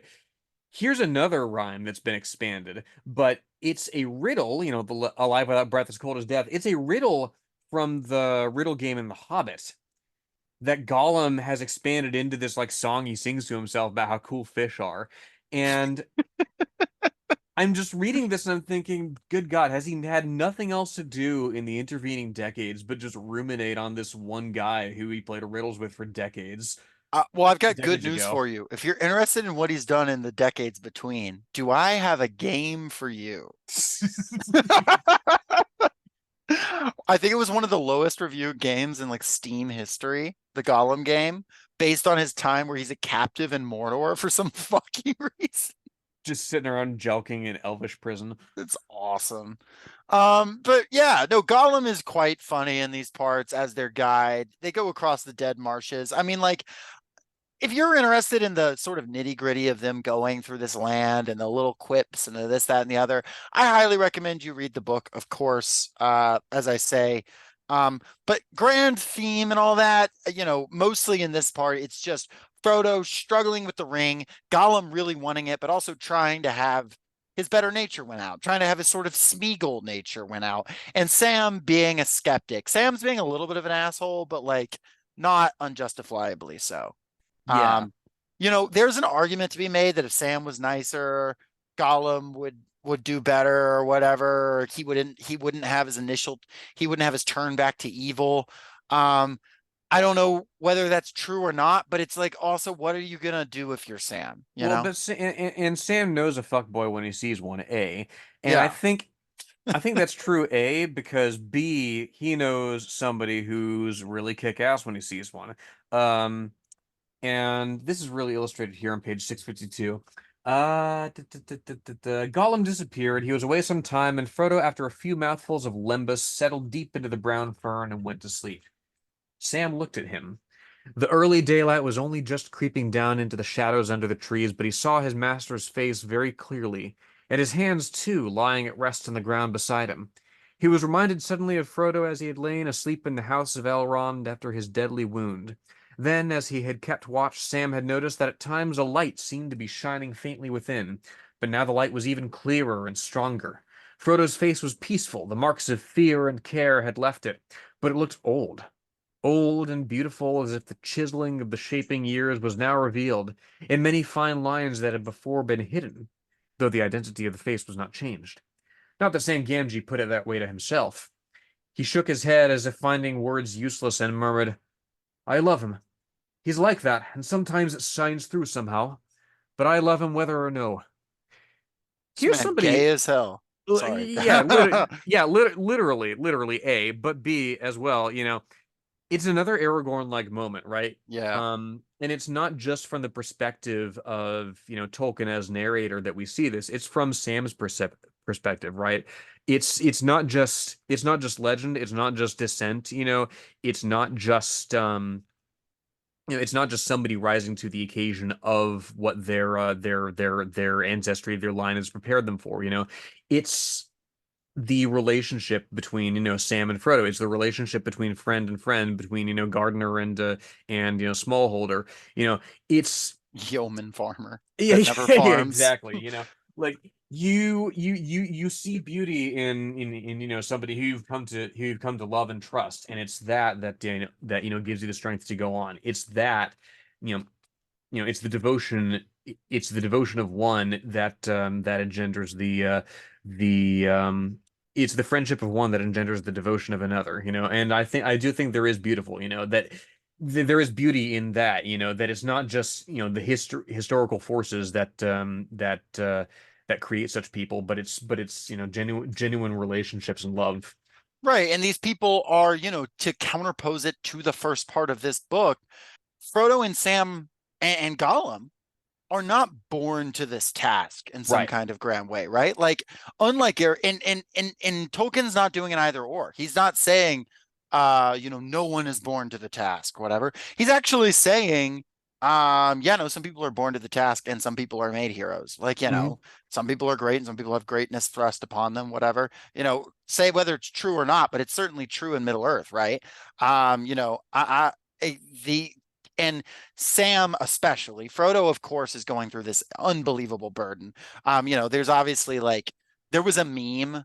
I mean, it was iFunny era meme called like scumbag Frodo, because Frodo's kind of a shit to Sam, especially like later in Frodo's this. got that like backwards cap. Right, exactly. But and again, Frodo doesn't feel quite as much as the hero as Sam, just because he's mostly just dealing with his just horrible whatever. I tell people, like, if you really want to think about it, like, I've had people watching the movie with him for the first time where they're like, "Oh my God, why is Frodo being like that?" And I was like, imagine, like, I don't know, you're like a meth addict and you're like carrying meth on you and you can't use, like, I don't know, like, you've got like you're addicted to heroin, you've got a heroin needle in your pocket and you have to carry it across the entire country or whatever. Like that's like a comparable experience to what, obviously that's reductionist, but like that's a comparable experience to what Frodo's going through. Imagine if you got a guy who keeps tapping the one ring to put a burden counter on it and then drawing a card for each burden counter on the one ring. At the beginning of your upkeep, you lose one life for each burden counter on the one ring. Sorry, that's what it does in Magic. Imagine. Yeah, no, exactly. So, but Sam, I mean, and Tolkien has said in letters and interviews that Sam is the chief hero of the story, the principal hero of the story, right? Yes. And Sam has these moments of just genuine love for Frodo, right? And like, I can weigh in on this. I think it's really gay. I don't know. Like, it's really, really like the Return of the King. He's literally looks at his naked body and says the most beautiful thing he's ever seen. Like, I know that's not this book, but like, it's really fucking gay. I'm not saying No, Tolkien's yeah, necessarily intended it, but it feels really homosexual. And I yeah, also want to say that's, yeah, you can't read this and not see it. You're absolutely right, Jacob. These long looks, and not even just this. Like I think even more so in Fellowship when Sam looks at Frodo and like wants to take his hand, but like turns away and blushes. I think there's absolutely, again, not to impute any specific authorial intent onto fucking Tolkien, but there's a point in this where it specifies Sam did not kiss Frodo that night, which yeah. implies he kisses him every night. Yeah, yeah, you read that shit and tell me that you don't see where we're coming from. Right. And even if like, here's the counter argument that I've seen. Okay. Because, this is a common debate. Of course, Tolkien was probably not the type of guy who was like pro LGBT. We don't know. We don't have quotes on Tolkien on that. Probably not. Let's be real. Fucking Catholic living in the mid, whatever. Probably not. However, people have said, well, that's obviously not the like normal relationship dynamic between men Tolkien experienced in his life. So he's not pulling from that. And so people will say stuff like, oh, well, he's pulling from the legendarium. He's pulling from Greek mythology. He's pulling from the Epic of Gilgamesh. Right. But Greek mythology and the Epic of Gilgamesh are gay as hell. So like, it Literally, falls like that. the whole reason, if you're a Shakespeare person, there's a play called Troilus and Cressida that's based on Greek myth, and it's like the scary movie of its day, right? It's a pastiche, it's a satire of Greek myth, specifically the Trojan War, right? And part of the whole conceit of it is that, yeah, the Trojan War is raging, and like literally the Greeks could come out and win the day, but they can't because their big hero Achilles is just like with his lover Patroclus, and they just won't stop fucking. Sucking and fucking. Absolutely. Song of Achilles episode win. One of these days. I've actually not read that book, but heard it's good. But anyway, I can talk a little bit more about this in the next episode because there's like more on this in Return of the King. But it's a thing that frustrates me to even talk about because like I know what Tolkien probably believed about this, and yet I have read this book so many times and it's really hard not to have a gay reading of this. And if Mhm. you didn't tell someone what this book was or where it was coming from and they knew no context and they read these scenes, it would be very difficult not to read this as like that. And like that's a lot more affection than you have between like I'll say this in the next book, you have an Eowyn Faramir romance. It's very limited and very quick, but and it's very beautiful. I actually really like it. The language is almost identical to the passage Lenore read. Whether Tolkien's intending to do it or not, like it's here, and I don't know what else I'm supposed to do with it, except be like slay Frodo Sam, or maybe unrequited love. I'm not sure, but it is what it is. Sam Um, does slay later on. Oh as my we'll God. see. Yes, he does. But before that, they run into Boromir's brother because he's out here shooting people with arrows and shit. Faramir, yes, so named because he's farther away than Boromir. Well, near Amir, far Amir, wherever you are, Amir. Wherever you go, there you are, Amir. There you are, Amir. Faramir Faramir, kind who of gets it. He gets he his place in the world and he's real good at it. and he delivers that one like favorite line of J.D. Vance's. War must be while we defend our lives against the destroyer who would devour all, but I do not love the bright sword for its sharpness, and so on and so forth. I again, I hate that the experience of reading this is poisoned by that fucking like overgrown hobbit of a man. But I mean, it also shows that, with any work like this, anybody can like latch onto it and take what they want away from it. And that's just what it is. you know what it is, yeah, because it flies because Vance's fucking rank opportunism flies directly in the face of what Faramir is all about. Right. Because as we discussed Bombadil, Tom Bombadil in the previous book and how he doesn't give a shit about like the power of the ring, like it doesn't corrupt him at all. Like Faramir, Faramir knows that the some great weapon at first is in the possession of Frodo and Sam as he comes to find out. And he later finds out that yeah, it is the ring of old. And what does he do? Like he's like, look, it's in our grasp. Could we use it? Yeah, but I don't want to do that. Like Mhm. he's considerably more chill than he's portrayed in the film. Yeah, which in the film, given that they have to sort of extend the journey of Frodo and Sam in the Hmm. film because Shelob happens in Return of the King in the movies rather than the books. I understand why they like have that addition, and they also want to show the siege of Osgiliath and whatnot. But it is a very defining character thing for Faramir. Is like, is he tempted? I mean, like, yeah, but he's like, yeah, no, this just isn't this. Nah, I'm not Boromir. This is just whatever. This is not what I want. You can also see though why their father, Boromir and Faramir's father, likes Boromir better. No, it's not just because he's the older son. No, it's not just because he's so good at fighting. It's also because like Faramir's not a striver, right? Hmm. Faramir's not a hustler. Like I'm not trying to do like grind set memes with Boromir, but like genuinely, Faramir's like just he's doing his job, but he doesn't love the sword for its sharpness. You know, If he your he, he circle, if your circle isn't talking about how many centuries it takes for a steward to become a king, find a new circle. Your exactly. your network is your net worth. Exactly. But like Faramir, he only loves what the sword defends. Hmm. He's not in love with battle. He wants to retire. Boromir is not like that. And his father, who is the steward of Gondor, who is, in this declining state, just trying to have all the pomp and circumstance and tradition without any of the sort of spirit behind it, is in love with this just son who does these things. It's supposed to be Faramir who goes on the mission to Rivendell, right? And Boromir's like, no, I'm doing it. And Faramir's like, you got it, boss. Like he's not a hustler. He really just like his life is charmed in some ways, right? Like he survives, he gets his job done, but like he's not he and it's not that he doesn't even love like actually he's not a huge like lover of Gondor even per se. He just like loves the people he's around. He enjoys it. He likes his little cave with the little waterfall they've got. Like he just likes his little things and he kind of is making it happen as it goes along. I read a today I read an article in Jacobin um regarding like a Marxist take on Lord of the Rings. And it's a fine article. I don't really particularly disagree with anything it says.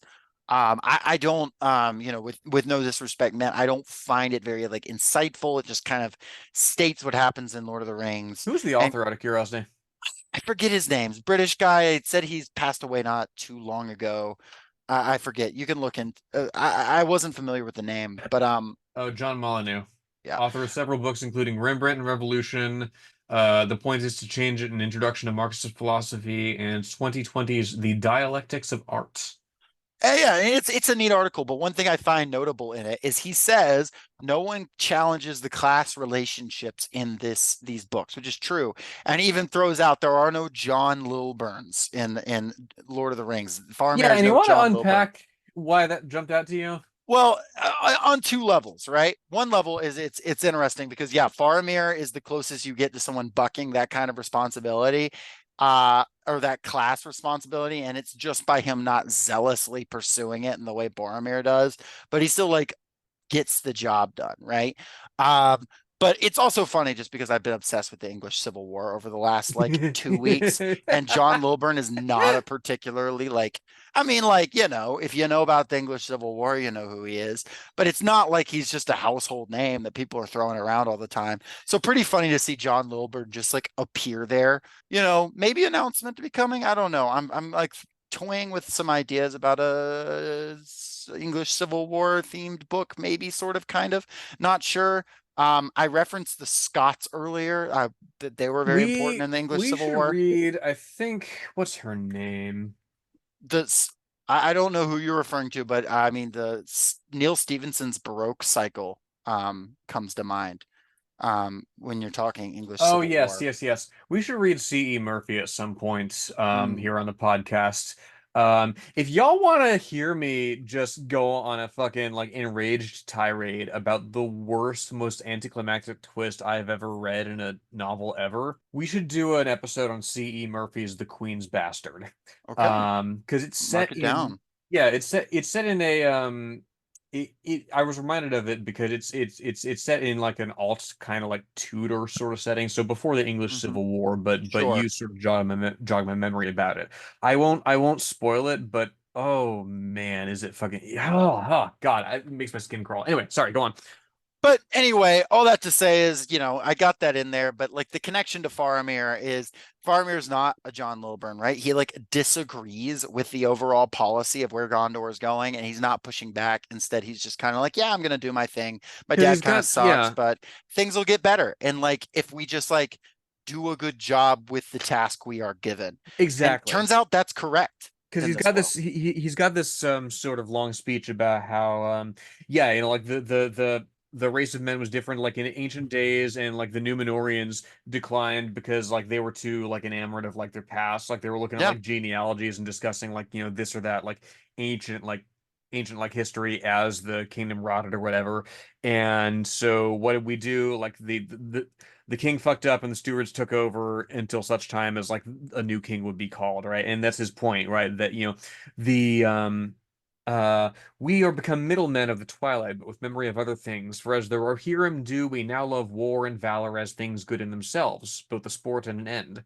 And though we still hold that a warrior should have more skills and knowledge than only the craft of weapons and slaying, we esteem a warrior nonetheless above men of other crafts. Such is the need of our days. So even was my brother Boromir, a man of prowess, and for that he was accounted the best man in Gondor. Mhm. Eh, But now he is gone. Door. Door. He's yeah, Faramir's chill. He's found his niche, and he knows that other people have to rise to theirs. And guess what? He's chill, while on the other hand, another guy is striving and conniving and grinding.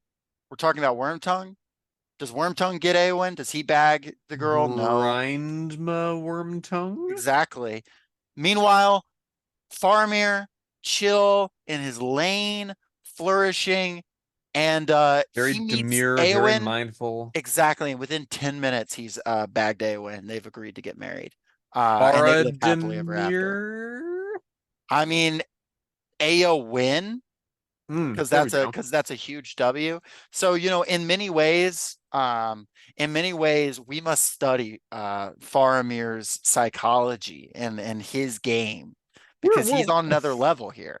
we're at the point in the night where I'm just like playing with words and seeing how they and just pulling. Eowyn, Arwen, what was Tolkien cooking with?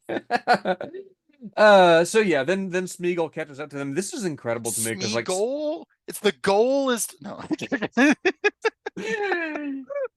Smeagol, like for all his like wretchedness, like I have a note way back that's like Christ, Smeagol is wretched, but like He's so cute too, though. but he like outruns he's able to hide from the elves in the last book of Lothlorien, like, and indeed like he's able to like skulk around and like defy the the watch and the ability of and the vigilance of Faramir and his sort of band of rangers.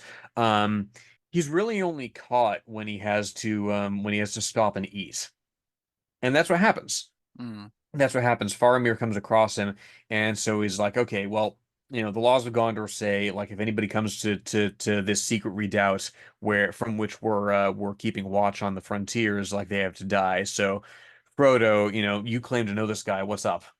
And that's where the wedge is really driven between Frodo and Sam and Smeagol, right? Frodo has to bait Smeagol into captivity so that Faramir will kill him. He has to vouch for Smeagol, but this is the final break, right? Where Gollum decides, okay, yeah, I'm gonna lead these guys to their demise, their ultimate ruin. I'm gonna lead them up the shittiest place in the world, which is the stairs of Cirith Ungol. Yeah, it's Uh, not a lot of fun. yeah, I love this bit. I literally laughed out loud. First of all, I love how Tolkien describes the blasted landscape of Mordor. You get to the Vale where Minas Morgul is, and it's just his Mordor is not necess is it's less of a hellscape and more of just somewhere where absolute despair reigns. Hmm. It was little to the liking of either of them, not even after facing so many other perils, but it did not last long. Soon the path reached a rounded angle where the mountainside swelled out again, and there it suddenly entered a narrow opening in the rock. They had come to the first stair that Gollum had spoken of. The darkness was almost complete, and they could see nothing much beyond their hand's stretch. But Gollum's eyes shone pale several feet above as he turned back towards them. Careful, he whispered. Steps, lots of steps. Must be careful. Care was certainly needed. Frodo and Sam at first felt easier, having now a wall on either side, but the stairway was almost as steep as a ladder, and as they climbed up and up, they became more and more aware of the long black fall behind them. And the steps were narrow, spaced unevenly, and often treacherous. They were worn and smooth at the edges, and some were broken and some cracked as foot was set upon them. The hobbits struggled on until at last they were clinging with desperate fingers to the steps ahead, and forcing their aching knees to bend and straighten, and ever as the stair cut its way deeper into the sheer mountain, the rocky walls rose higher and higher above their heads. At length, just as they felt that they could endure no more, they saw Gollum's eyes peering down at them again. We're up, he whispered. First stairs past. Clever hobbits to climb so high. Very clever hobbits. Just a few more steps, and that's all, yes. Very At that clever to hobbits to climb so high is very And funny. at that point, I'm just audibly like, "Oh fuck, that's just the first fucking staircase. Who knows Mm. what else?" Ah, because Yeah, like it's maybe like a dark rider will show up or some shit. Like, because you have like the host of Cirith Ungol pour out. You have mm, the Witch King emerge. Like, this is the second of the two towers here, and it's terrifying. And they're like climbing this rock stair over it while these hosts of Mordor are pouring out to just destroy the earth. You know? just the tallest steps you could think of. Like literally, you fucking like high step it to get up. Like you're climbing each individual stair, and then the fucking like most scuffed man in the world is like, "Oh yeah, there's another staircase after this one." I recall when I was playing middle school football, we had to run up and down bleachers at one Yeah. point. These were cement bleachers, not the metal ones, so it was a little like easier. They were whatever. And I remember we were at the top once gasping, and my friend said to me, "Clever hobbits to climb so high."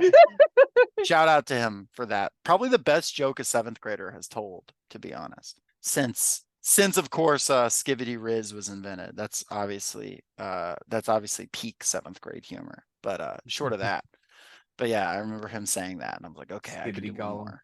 Skibbity Gollum. It probably exists. Somebody send us Skibbity Gollum. You just like open up a fucking like privy in Gondor or whatever, and Gollum sticks his head out. Yeah, that's like the average Gondorian experience. Is like Gollum's gonna do that at least once. No, I'll say, I don't want any more emails that are saying, spam emails from obvious bots that are saying we can grow your podcast by 50,000 in 15 minutes, listeners a week in 15 minutes. I want Skibbity Gollum emails, and I want them now. So, listeners, You know what to do. We need a Skibbity Gollum, and we need it ASAP. Tune in for our like 72 part series on Skibbity Toilet. 100%. That's after, yeah, we're gonna need some serious cash, but You see, the you know, TV head guys are actually this progressive force in the context of no. if you think Oh, about it. God. So we get to sort of the end of this book in Shelob's lair, this just dramatic, horrifying scene with this scary ass giant spider. So Um, I don't know if you see this, but like this jumped out at me. I can't help but see a parallel between Shelob's Lair and Bag End, right? okay, They're go and perfect. speak on that. Yeah. Well, they're perfect opposites in that way, right? Hobbits love well-lit and furnished holes in the ground with plenty of passages and tunnels. Where there are now, Tolkien notes that they keep going up. Like this is their lowest point, and the way he renders it here, like they walked as it were in a black vapor wrought of veritable darkness itself, that as it was breathed brought blindness not only to the eyes but to the mind, so that even the memory of colors and of forms and of any light faded out of thought. Night always had been and always would be, and night was all. But for a while they could still feel. And indeed, the senses of their feet and fingers at first seemed sharpened almost painfully. The walls felt to their surprise smooth, and the floor, save for a step now and again, was straight and even, going ever up at the same stiff slope. The tunnel was high and wide, so wide that though the hobbits walked abreast, only touching the side walls with their outstretched hands, they were separated, cut off, alone in the darkness. I just couldn't help but, again, in a hole in the ground there lives a hobbit, right? Hmm. You hobbits love their mansions of under hills, and like you got all of these branching hallways that lead to like larders full of food and whatever. Here they're in this cavern at the top of a mountain. Like Right. There are I larders full of food. They happen to be the bones of dead orcs. there's a Shelob card in the Magic the Gathering set that like you turn creatures into food tokens. It's pretty fucking cool. That's good. I will say also there's a contrast between here and Lothlorien, right? Like the eternal summer, like of Lothlorien, and the golden light. And of course, it is the light of Galadriel in the vial that is able to protect Frodo and Sam in this moment. But we have the description of Shelob herself, which is Tolkien. Let's be reminded that his first choice after the success of The Hobbit was to immediately do the Silmarillion, and he was turned down. And we see in these moments like this where Tolkien was like, okay, but I'm going to talk about it though. And you have this. There age long she had dwelt an evil thing in spider form, even such as once of old had lived in the land of the elves in the west that is now under the sea, such as Beren fought in the mountains of terror and Doriath, and so came to Luthien upon the green sward amid the hemlocks in the moonlight long ago. How Shelob came there, flying from ruin, no tale tells. For out of the dark years few tales have come. But still she was there, who was there before Sauron, and before the first stone of Barad-dûr, and she served none but herself, drinking the blood of elves and men, bloated and grown fat with endless brooding on her feasts, weaving webs of shadow, for all living things were her food, and her vomit darkness. Far and wide her lesser broods, bastards, the miserable mates, her own offspring, that she slew, spread from glen to glen, from the Ethel Dwarf to the eastern hills, to Dol Guldur and the fastness of Mirkwood. But none could rival her, Shelob the Great, last child of Ungoliant to trouble the unhappy world. Already years before, Gollum had beheld her, Smeagol who pried into all dark holes, and in the past days he had bowed and worshipped her, and the darkness of her evil will walked through all the ways of his weariness beside him, cutting him off from light and from regret, and he had promised to bring her food. But her lust was not his lust. Little she knew or of cared for towers or rings or anything devised by mind or hand, who only desired death for all others, mind and body, and for herself a glut of life alone, swollen till the mountains could no longer hold her, and the darkness could not contain her. Now, Lenore, tell me if I'm crazy, but who else is ancient with no story, but just is absolute embodiment of a type of nature, exists in such a way that is all powerful but does not give a shit about the ring, and also finds these little proteges to protect. I'm feeling like this is the dark Tom Bombadil here. I was thinking Dark Galadriel. No, it feels more Tom Bombadil to me, right? Because like Yeah. she's completely uninvolved. She's Okay. because like Sauron is closer to the Dark Galadriel. Like that's as close, really. Like she to me is like Gollum. His experience with her is like this twisted version of the Hobbits, and her saving him. Right, is this twisted version of the Hobbits interacting with Tom Bombadil to me. And it's like, where did they come from? This is a dark story in the past, and little is known, and the more you know, the less you know about it.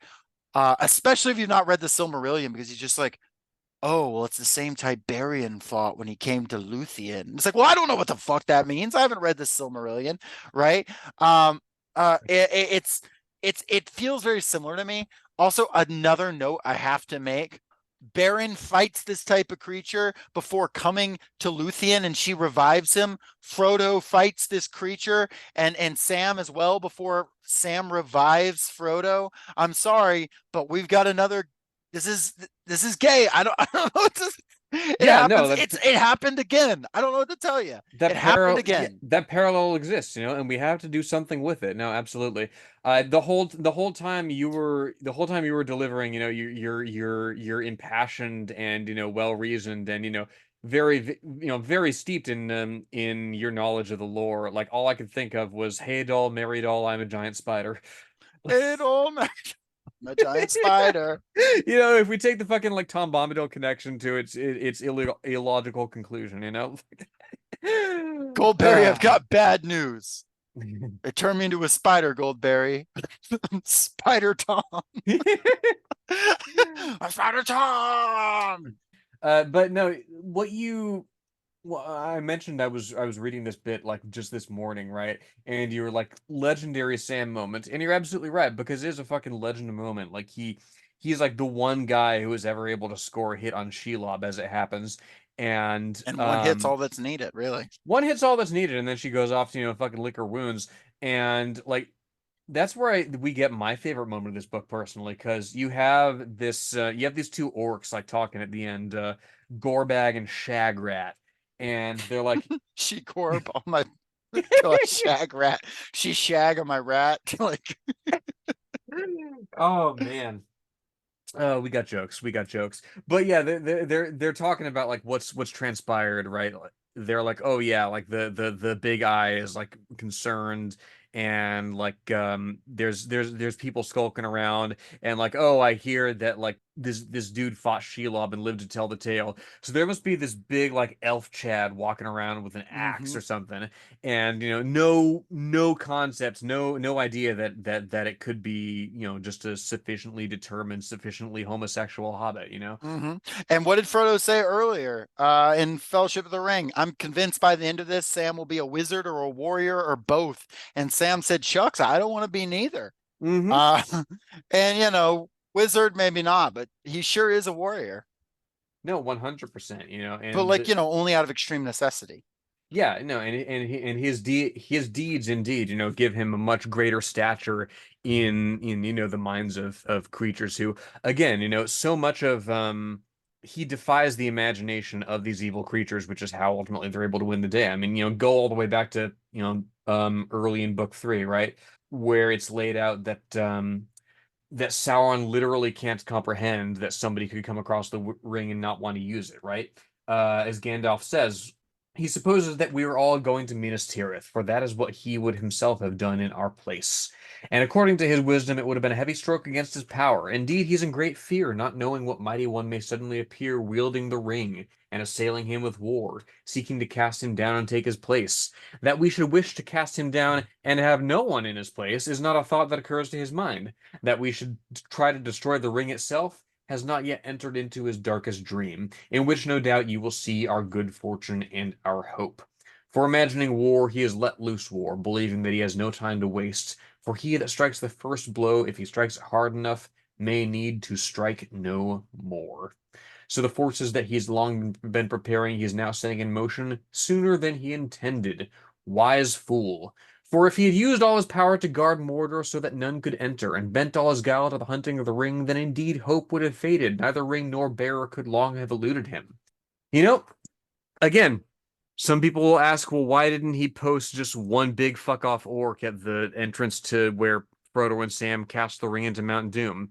Because it literally didn't cross his mind. Because he couldn't have comprehended, in his arrogance that the ring could have been destroyed. And indeed, in microcosm, the orcs couldn't have comprehended that, yeah, these small guys could have snuck in and done that. That's not what people do in their estimation. And that's what separates the bad guys from the good guys in Tolkien's Legendarium. Mm-hmm. And to just close out this book, the last paragraph, the great doors slammed to, boom, the bars of iron fell into place inside. Clang, the gate was shut. Sam hurled himself against the bolted brazen plates and fell senseless to the ground. He was out in the darkness. Frodo was alive, but taken by the enemy. So you have that dynamic, right? Sauron has still no idea what they're doing for the reasons Lenore just said. Frodo is taken. Sam has the ring and Sting. He doesn't know what to do. He's in this moment of just complete and here is and he's actually now in this moment where, like, does he it's really not a debate in his head whether to save Frodo or destroy the ring. Like, he's gonna save Frodo. And it's going to work out for him. But it is interesting. Like, we're now in this moment where their humanity, obviously they're hobbits, but is being played here. Like, Sam has to be human and go after Frodo and, like, not give into these other impulses. And again, Sauron is just not capable of understanding those things. He's only able to understand that grasping for power. And to be fair, the utilitarian thing here, right, for Sam to do is not bang on the door. The utilitarian thing, the smart thing maybe, is for Sam to be like, well, gotta cut our losses. It's been real, Frodo. I'm gonna go destroy the ring. But the only reason Sam and Frodo are able to be the ones to destroy the ring is because they're not the type of people to do that, specifically Sam, right? The only reason they're able to do that is because they're not the type of people to just, like, Frodo's not the type of guy to just drop Gollum at the first opportunity, right? They're making these choices that are, like, not particularly logical, but are based on, their morals or their spirit, or call it what you will. For Tolkien, definitely like a higher authority, right? Like a religious higher authority. And that is actually why they're able to succeed, because that is outside the bounds of, like, Sauron and their enemies' comprehension. And frankly, outside the comprehension of, like, a lot of their allies, right? Like, frankly, like, I'm pretty sure Gimli or somebody would have been like, well, he was nice, but we got to destroy the ring. Not that they wouldn't go after their friends if they had to, but, like, they would be like, well, we have a fell purpose or whatever. But, like, no, this is the reason the hobbits are the ones who are going to change the world, because their logic is just not the logic of these grand wizards and lords. And that's why Gandalf was so smart to bring him along. Mm-hmm. Mm-hmm. Yeah, no, exactly. It's the that's the other thing that I didn't really know about, is that the wizards weren't always in Middle Earth. Like, they weren't around for the first age, right?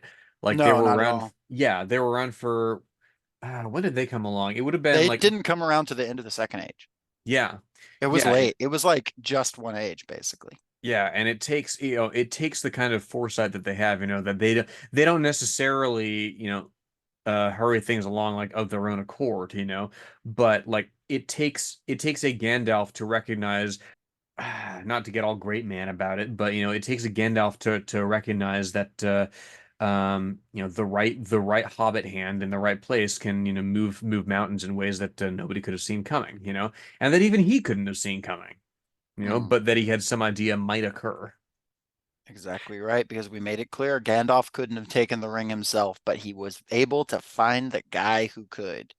Well, next time we discuss these books, we will discuss the destruction of the ring. We will discuss the big battles. We will discuss the coronation. We will defend the ethics of monarchy. I'm sure. I'm sure that's going to be our takeaway from Return of the King, right, Lenore? Yeah, yeah, this is going to be a monarchist podcast afterward. It is. Not only have I gotten into the English Civil War, I've actually become a royalist. I've actually become, like, a hardcore I'm with the Cavaliers, down with the Roundheads. King Charles forever. Yeah, that's gonna be what splits us off, right? Because you're a royalist, I'm a leveler, and That's then true. we'll fight over it like Ghostbusters style, and eventually after a period of litigation, I'll be doing like the real socialist shelf, except Hmm. It is split. It's like factionalism within the Mm. social shelf. That's super cool.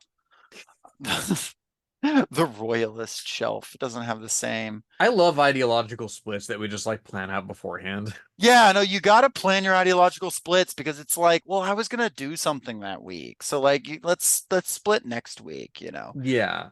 But Yeah, we can stave off this debate until later when there's a fucking like world-shattering contradiction that sort of unstaves it off for us. that's true. I was told, a story my grandmother tells me is when she was asked to get married by my grandfather. He called her and said, "Do you want to get married on Tuesday?" And she said, "I have a dentist appointment." And he said, "Thursday then." She said, "Okay," and that's how they got married. So, it's similar to that with our ideological splits. You got to be like, well, do you have a dentist appointment that day? Um, but I like to plan it a little more in depth than they did, I got to say. Okay, well, this has been an episode of the Socialist Shelf that I think has maybe been a little scatterbrained, but I had fun with it. Yeah, no, I've just been so exhausted this week, I tell you what. But I get to sleep in. Well, you hiked, my understanding is you hiked across marshes, all kinds of things. Yeah, it was a whole thing. Like there was a really scut fucking dude that I had to follow around that kept talking about like fish and whatnot. I don't know, just shit he and my uncle used to talk about. You wouldn't believe it, but I actually hung out with a tree. Oh Uh, yeah, did he tell you about how he like misplaced his girlfriend? no, but he did mention he wrote a book about a wardrobe. I like it. What if like Treebeard actually talked about C.S. Lewis things where he's like, the modern church has given up on the sense. Treebeard Like just like Treebeard just like sits you down with the end draft and just tells you all about like, oh yeah, the home room the problem of evil is that if it weren't created, love wouldn't be created, like the earth is actually 6,000 years old. Doom. I was here for all of it, so I would know. fucking create young Earth creationist Treebeard. But he was there. He has the receipts. He's like, count my rings. I was here since the beginning of time. And that's the real Lord of the Rings, is counting Treebeard's rings to prove that young Earth creationism is correct. Is this the worst character that we have ever invented on this show? Is young Earth creationist Treebeard? Sound off in the comments. Would you side with young Earth creationist Treebeard or Darwinist Quickbeam? No, Darwinist Saruman, because he's evolving orcs. Think I was about gonna say like epic-based Reddit atheist Saruman. it. Like, In this but moment, Saruman, you met God. I'm Mine. enlightened not by God, but by my own kick-ass staff that Yeah. that My, Gandalf then breaks. my mind plays tricks on me. Yeah. I've convinced myself with the voice and the power of logic. Oh Yes. boy. Oh boy. I tell you what, I've been drinking a Monster and like also fucking like lavender tea, and like the lavender's definitely winning out at this stage. I see. Lavender. Anyway, thank you for listening to the Socialist Shelf, and for everyone's brains involved, we will call it there. This has been fun. Lenore, any last thoughts? I wonder what'll happen to dear old Frodo. He's been taken by the enemy. He's been taken by the He's been bacon by the scumbag. Frodo is actually from the books. See you, everybody. He's out.